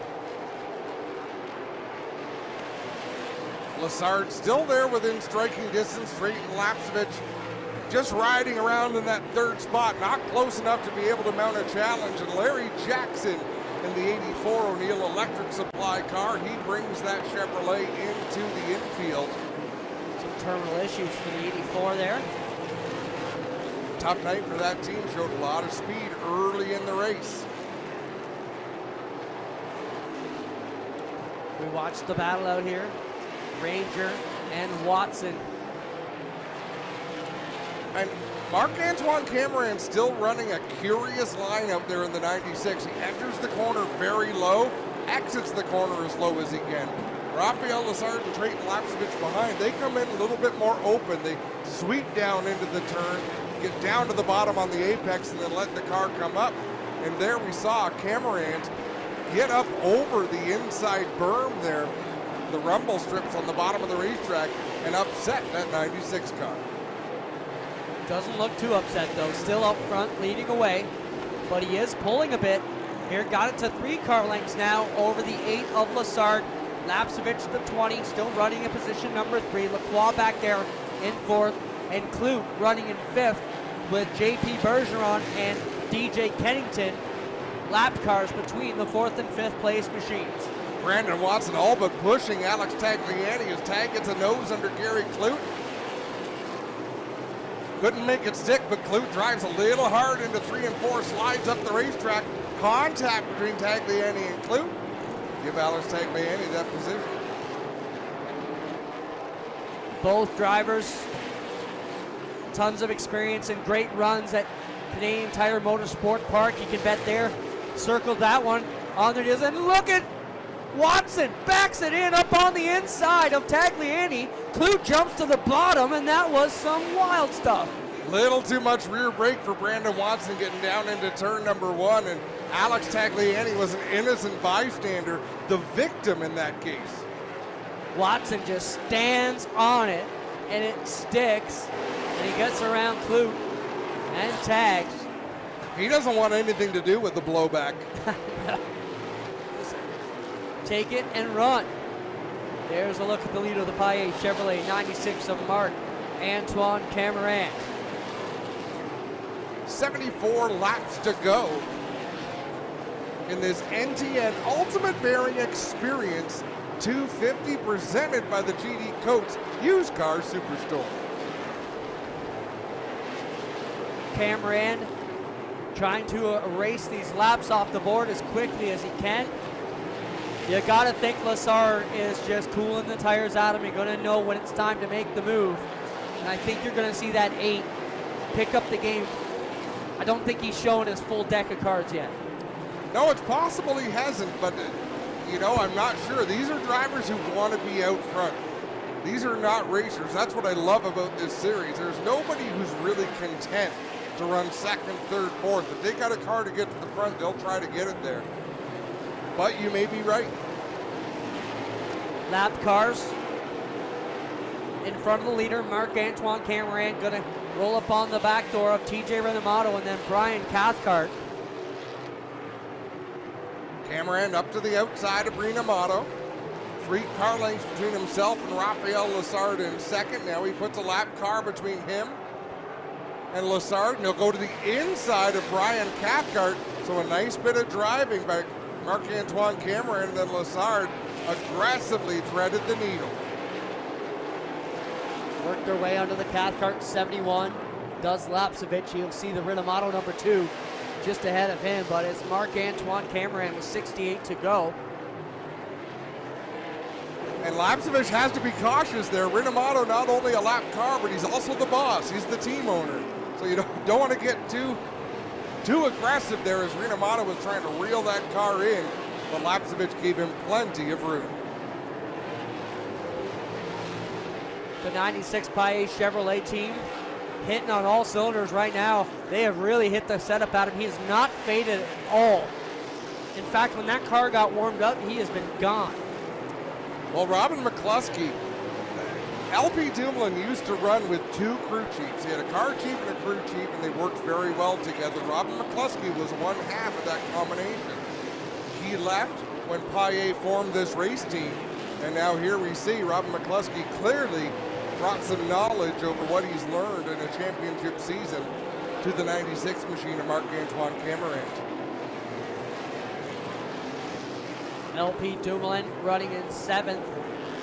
Clute 6th. Then Watson, Lacroix, Lapsevich, Lassard, and Cameron, the leader, working from 6th up. Brandon Watson just did a big favor to Alex Tagliani. Tagliani is racing side by side with JP Bergeron. That's a battle for the free pass position. Both those cars 1 lap down. They're running 8th and 9th respectively. So if a yellow comes out, one of those 2 cars will get the free pass. And Alex Tagliani, he's driving it like he stole it. Trying to get there on the 1 of Jean-Philippe Bergeron.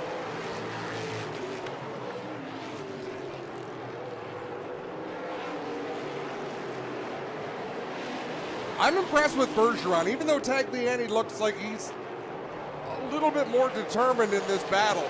There is barely a mark on that Bergeron number 1. Yeah, and that's not easy when you come into a new series like this.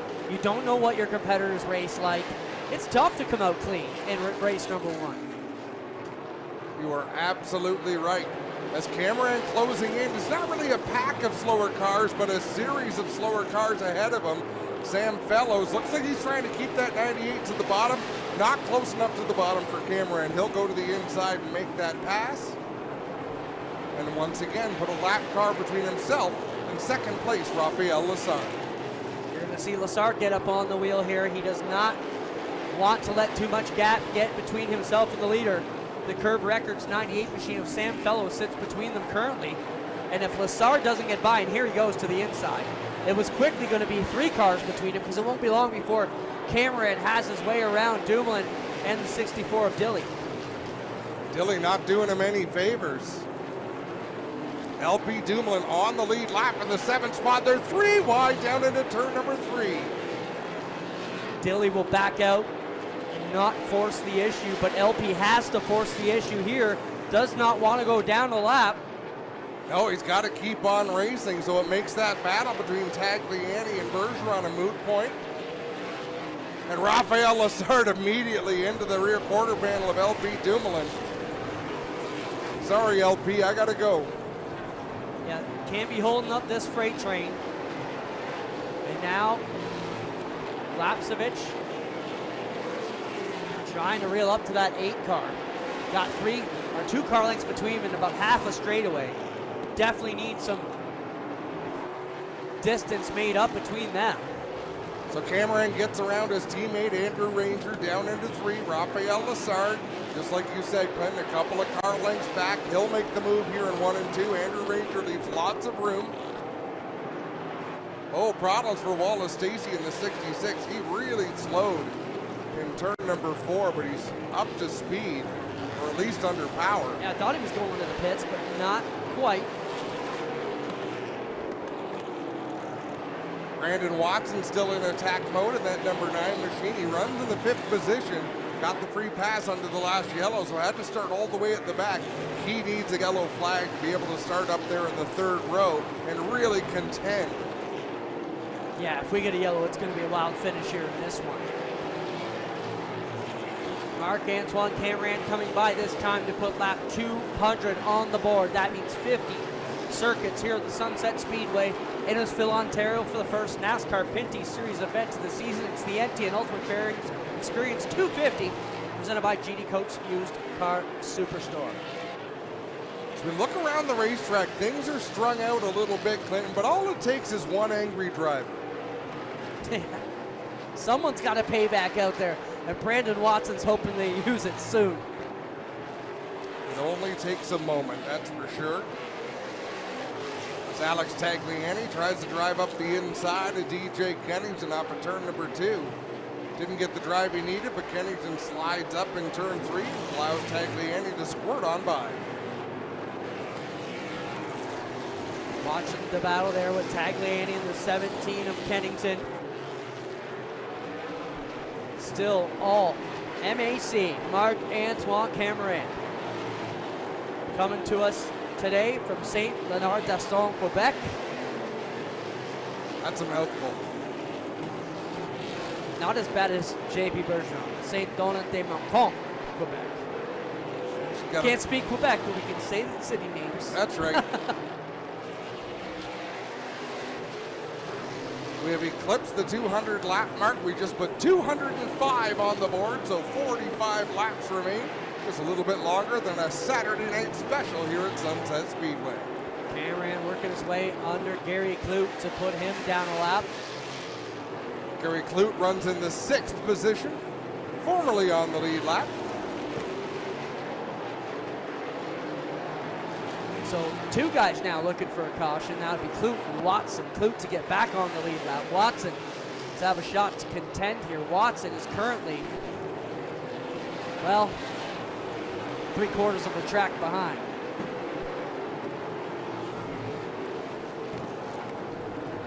And a difference of 9 seconds from himself to the leader. And that's tight to make up here on the Speedway under green. Yeah, it's definitely tough, but here goes Brandon Watson trying to take over the 4th spot from Kevin Lacroix. He'll drive to the inside, but Lacroix, a veteran move to use Wallace Stacy as a pick there. Brandon Watson knew it and just faded back behind the 74 to take another run, this time out of turn 4. Lacroix way loose, that time off of 4. And Watson able to get back on the rear spoiler.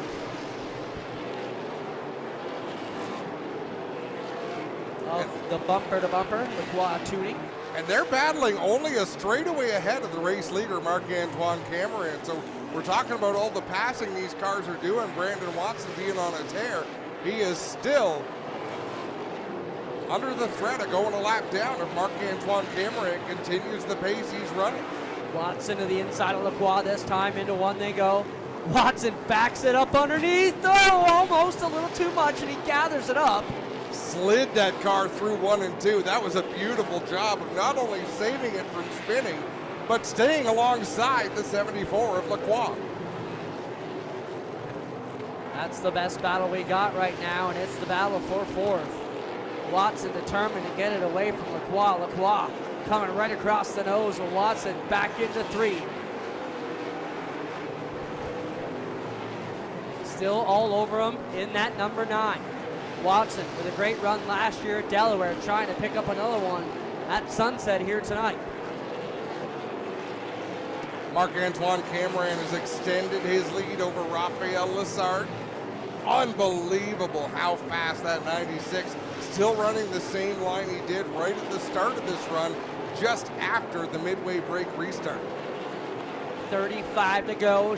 Saturday night shootout at your local racetrack is what we've got here.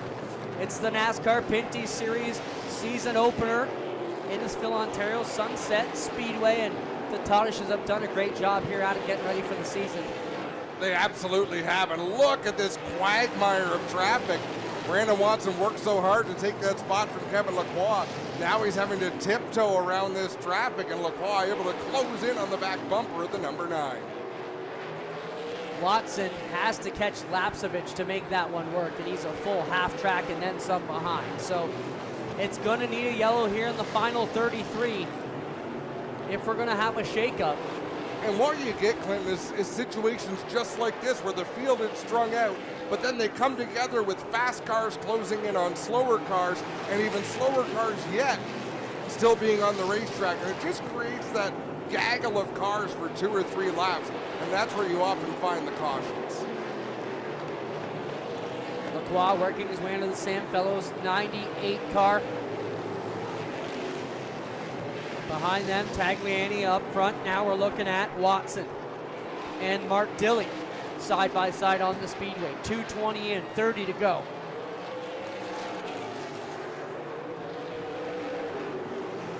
Kevin Lacroix has weeded his way through a bit of traffic. He's got 3 cars between himself and the race leader, Marc-Antoine Cameron.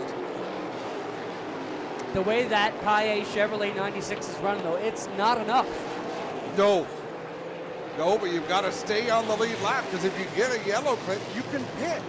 You can make adjustments to the race car because you're going to restart at the front as a lead lap car. So it's a big deal to race hard to stay on the lead lap and hope for that yellow.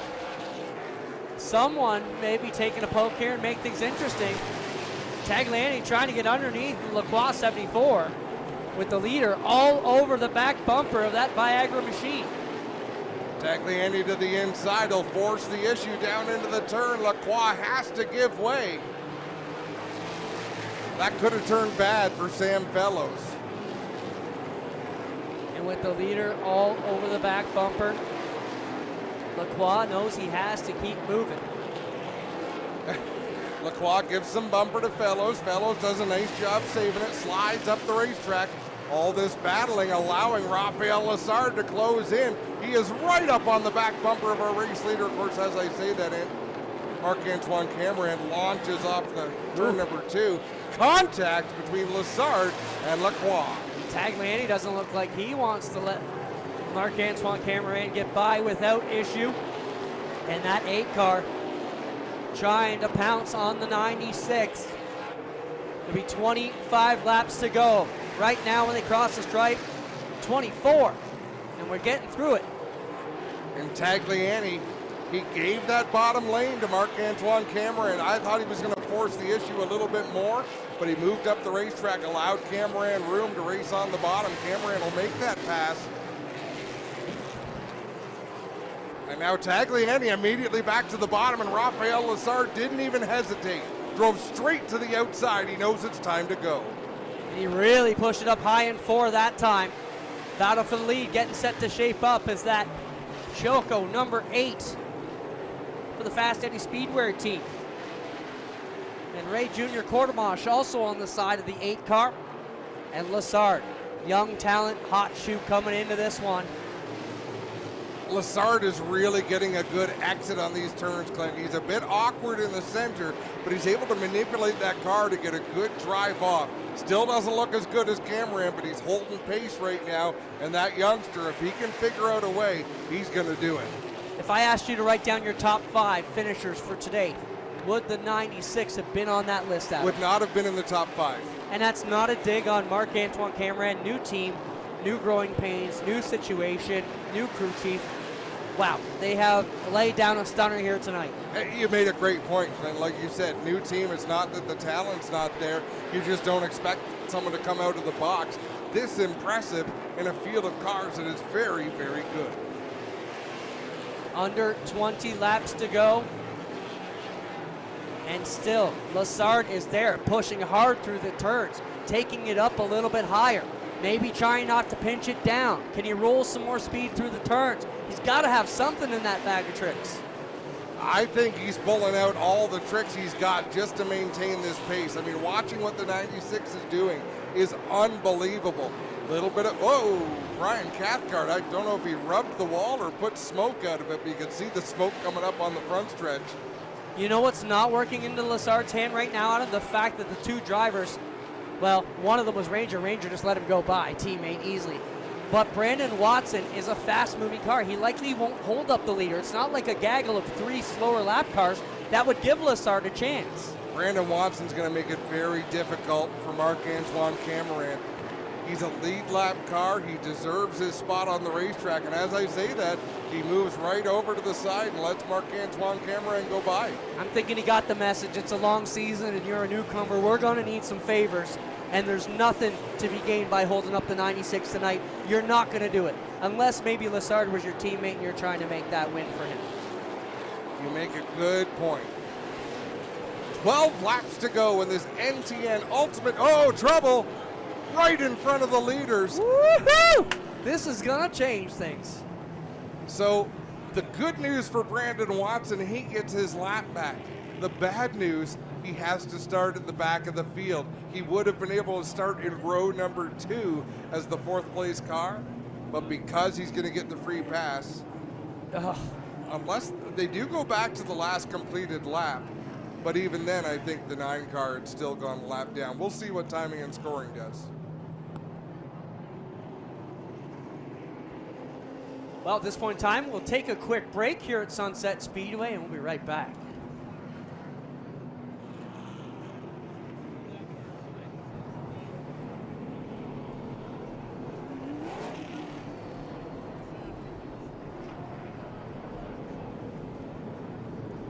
So under caution here. Force spin by Wallace Stacy. And that will bring out the yellow and reset things here, Adam. 10 laps to go. These races just have a tendency of closing back up, and that's what we're seeing right now.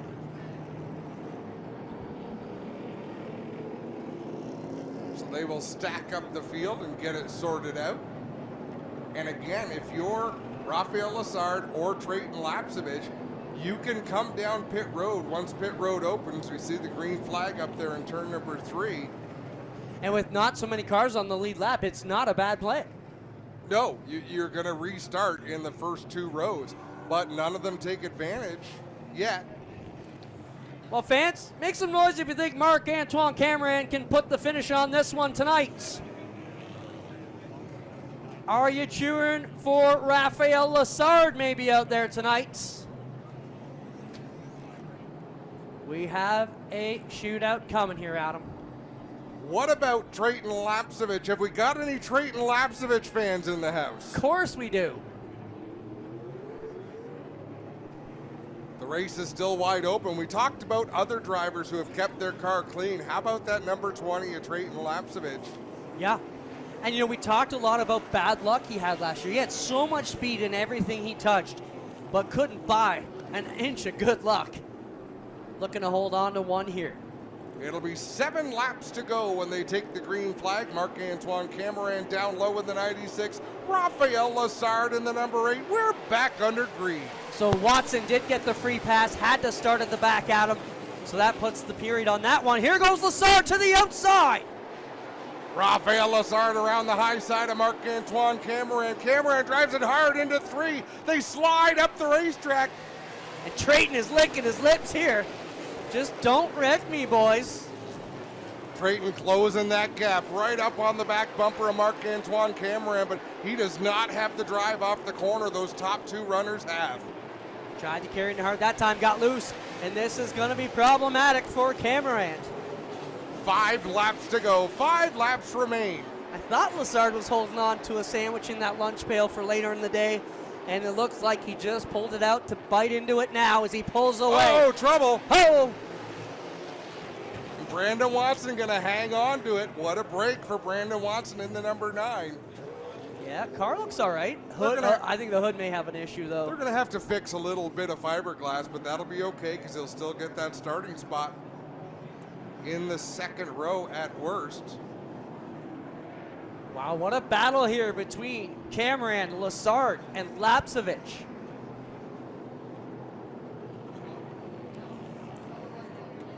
Once again, want to thank Paul Mio, Rita, and everybody from NTN Bearings for bringing us the NTN Ultimate Bearing Experience 250. And also want to thank everybody at GD Coates Used Car Superstore. Without your support, we couldn't be doing what we do here on the Saturday, bringing you the NASCAR Pinty Series live from Sunset Speedway. Next weekend, live from Canadian Tire Motorsport Park on the road course. What are you pointing at, Adam? It was almost like, with these last 2 yellows, what driver would you like to see have a shot? Well, Brandon Watson, he's really fast and aggressive. Okay, once Brandon gets his shot, who do you want to be next? Well, Kevin Lacroix, he's super aggressive. Kevin Lacroix going to be back on the lead lap. We are going to go into overtime here, Clinton Jeffrey. 1 to go at the line. NASCAR overtime. It will be a green-white checker. Once the leader passes the white flag, the next flag ends the race. But look at Brandon Watson in that number 9. Right up on the outside of row number 2. Does he have anything left? Well, I think the outside lane was where the better drive was. At least Lessard got better drive on the top that time, not having to pinch it down. Lessard. Oh, fast start for Lessard. He runs Cameron way up the racetrack. Gets away. Now they will cross. Cameron, oh, sails it down into turn number 1. Here goes Trayton Lapsevich to the inside. Oh, honey, Trayton Lapsevich with the lead down into turn number 3. Lessard fighting back on the high side. Cameron struggling to the outside. He's got problems now. Here comes the 9 of Watson, but it's Lapsevich and Lessard. Last lap, Adam. Take us home. Trayton Lapsevich looking for win number 1. Rafael Lessard with a fast car to the outside. It's going to be a drag race to the finish. Lapsevich for the win. Lessard with a 2nd place. Brandon Watson with 3rd. Holy moly, what a show. Cameron 4th. After dominating that race, that's got to be problematic and upsetting for them. What a run, though. You called it, Adam.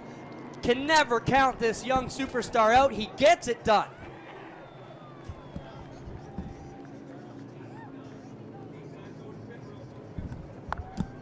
Adam Ross will make his way down to victory lane as Trayton Lapsevich brings the RGC Sports Delta Bingo Quick Wick Fire Starter number 20 to Sunset Speedway victory lane.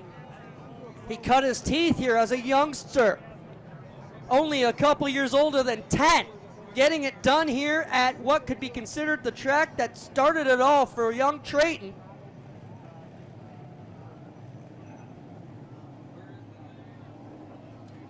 Adam Ross working his way down there.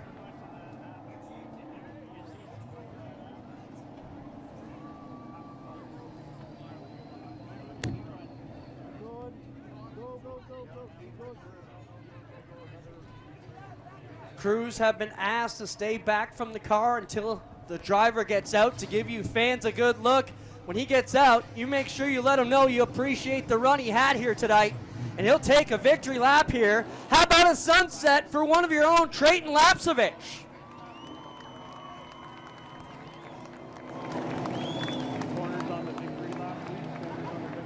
Trayton will take the slow pace lap around here.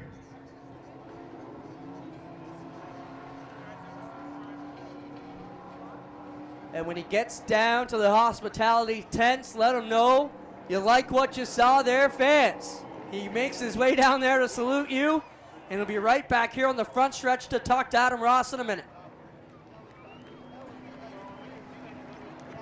Ask him to stay close to the pit wall. Trayton Lapsevich coming down to victory lane. He is going to be greeted by Todd Lewis of the TSN crew. And then we'll have a chat with the young winner from Grimsby, Ontario. We'll talk to Rafael Lessard, 2nd place finisher today, and Brandon Watson, who brought the number 9 home in 3rd. So corners, please don't forget, 20-second, 30-second billboards get 4 of them. Race fans, you'll be able to watch this race next weekend on TSN in high definition. Do us a favor, please. Let's show some appreciation for Trayton Lapsevich, the driver of the number 20. When he climbs out of this race car, show them how loud you can get, Sunset Speedway. Spencer, you there?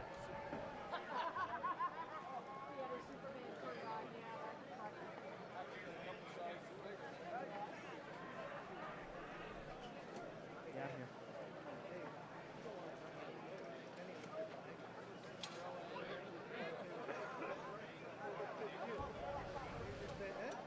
Hey, got me? Yeah, we okay to talk? We off air? We're not off air. I don't know what's going on. Is Adam doing the interview or is Todd? Todd's doing something right now, and then Adam's going to get an interview. Just ride it out.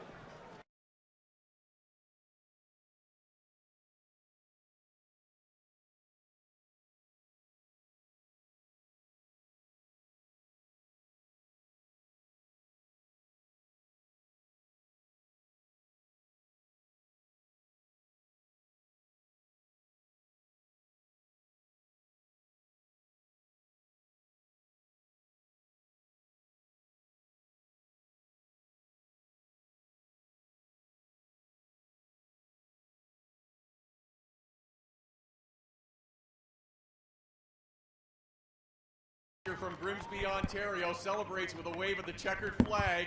He has come close twice before, finishing runner-up, including here at Sunset. What a dramatic end. Take me through those last couple of laps. Oh, wow. First of all, I got to start off by thanking everyone at 22 Racing, FBM, RGC Sports Quickly. I wouldn't be here without them. So, no, the last 2 laps were wild. Mark got into him in 1 and 2 and took advantage quick, and then it was just keeping Raphael behind me from then on. Celebrate with a first victory for Trayton Lapsevich here to open the season at Sunset Speedway. That's a bigger one than they usually have. Okay, well, it's bigger than what they had last year, that's for sure. Well, that'll wrap things up for Trayton Lapsevich here. Appreciate everybody hanging in. Yeah, we're going to have a chat here with third place finisher Brandon Watson at a Stainer. I don't think that's quite the way you draw these races up, Brandon, but pretty good finish considering what you had to go through. Yeah, definitely. We struggled there for a bit. We had a good car to start off, good car in qualifying. This Way Motorsports car was really good on the short runs. Can't thank the guys enough. GMS, Shiramato Products, Great Lakes Concrete, Redline Apparel, ABC, all these guys. We just, after about 50 laps or so there, we started falling back and car just got loose and loose off, loose in. All right, thanks everybody for watching us here. It kind of got to me a bit there, so we struggled after that, getting back up. Got a lucky dog. Thanks everybody for watching us here at Sunset Speedway. Hope you enjoyed the broadcast here of the NTN Ultimate Bearing 250 presented by GD Coates Used Car Superstore. I want to thank everybody here who came out to race with us today, everybody who came to watch, and all you great fans at home. We'll catch you next week from Canadian Tire Motorsport Park as we hit the road course at the historic track up in Bowmanville, Ontario. We'll be back at it next week. Talk to you then.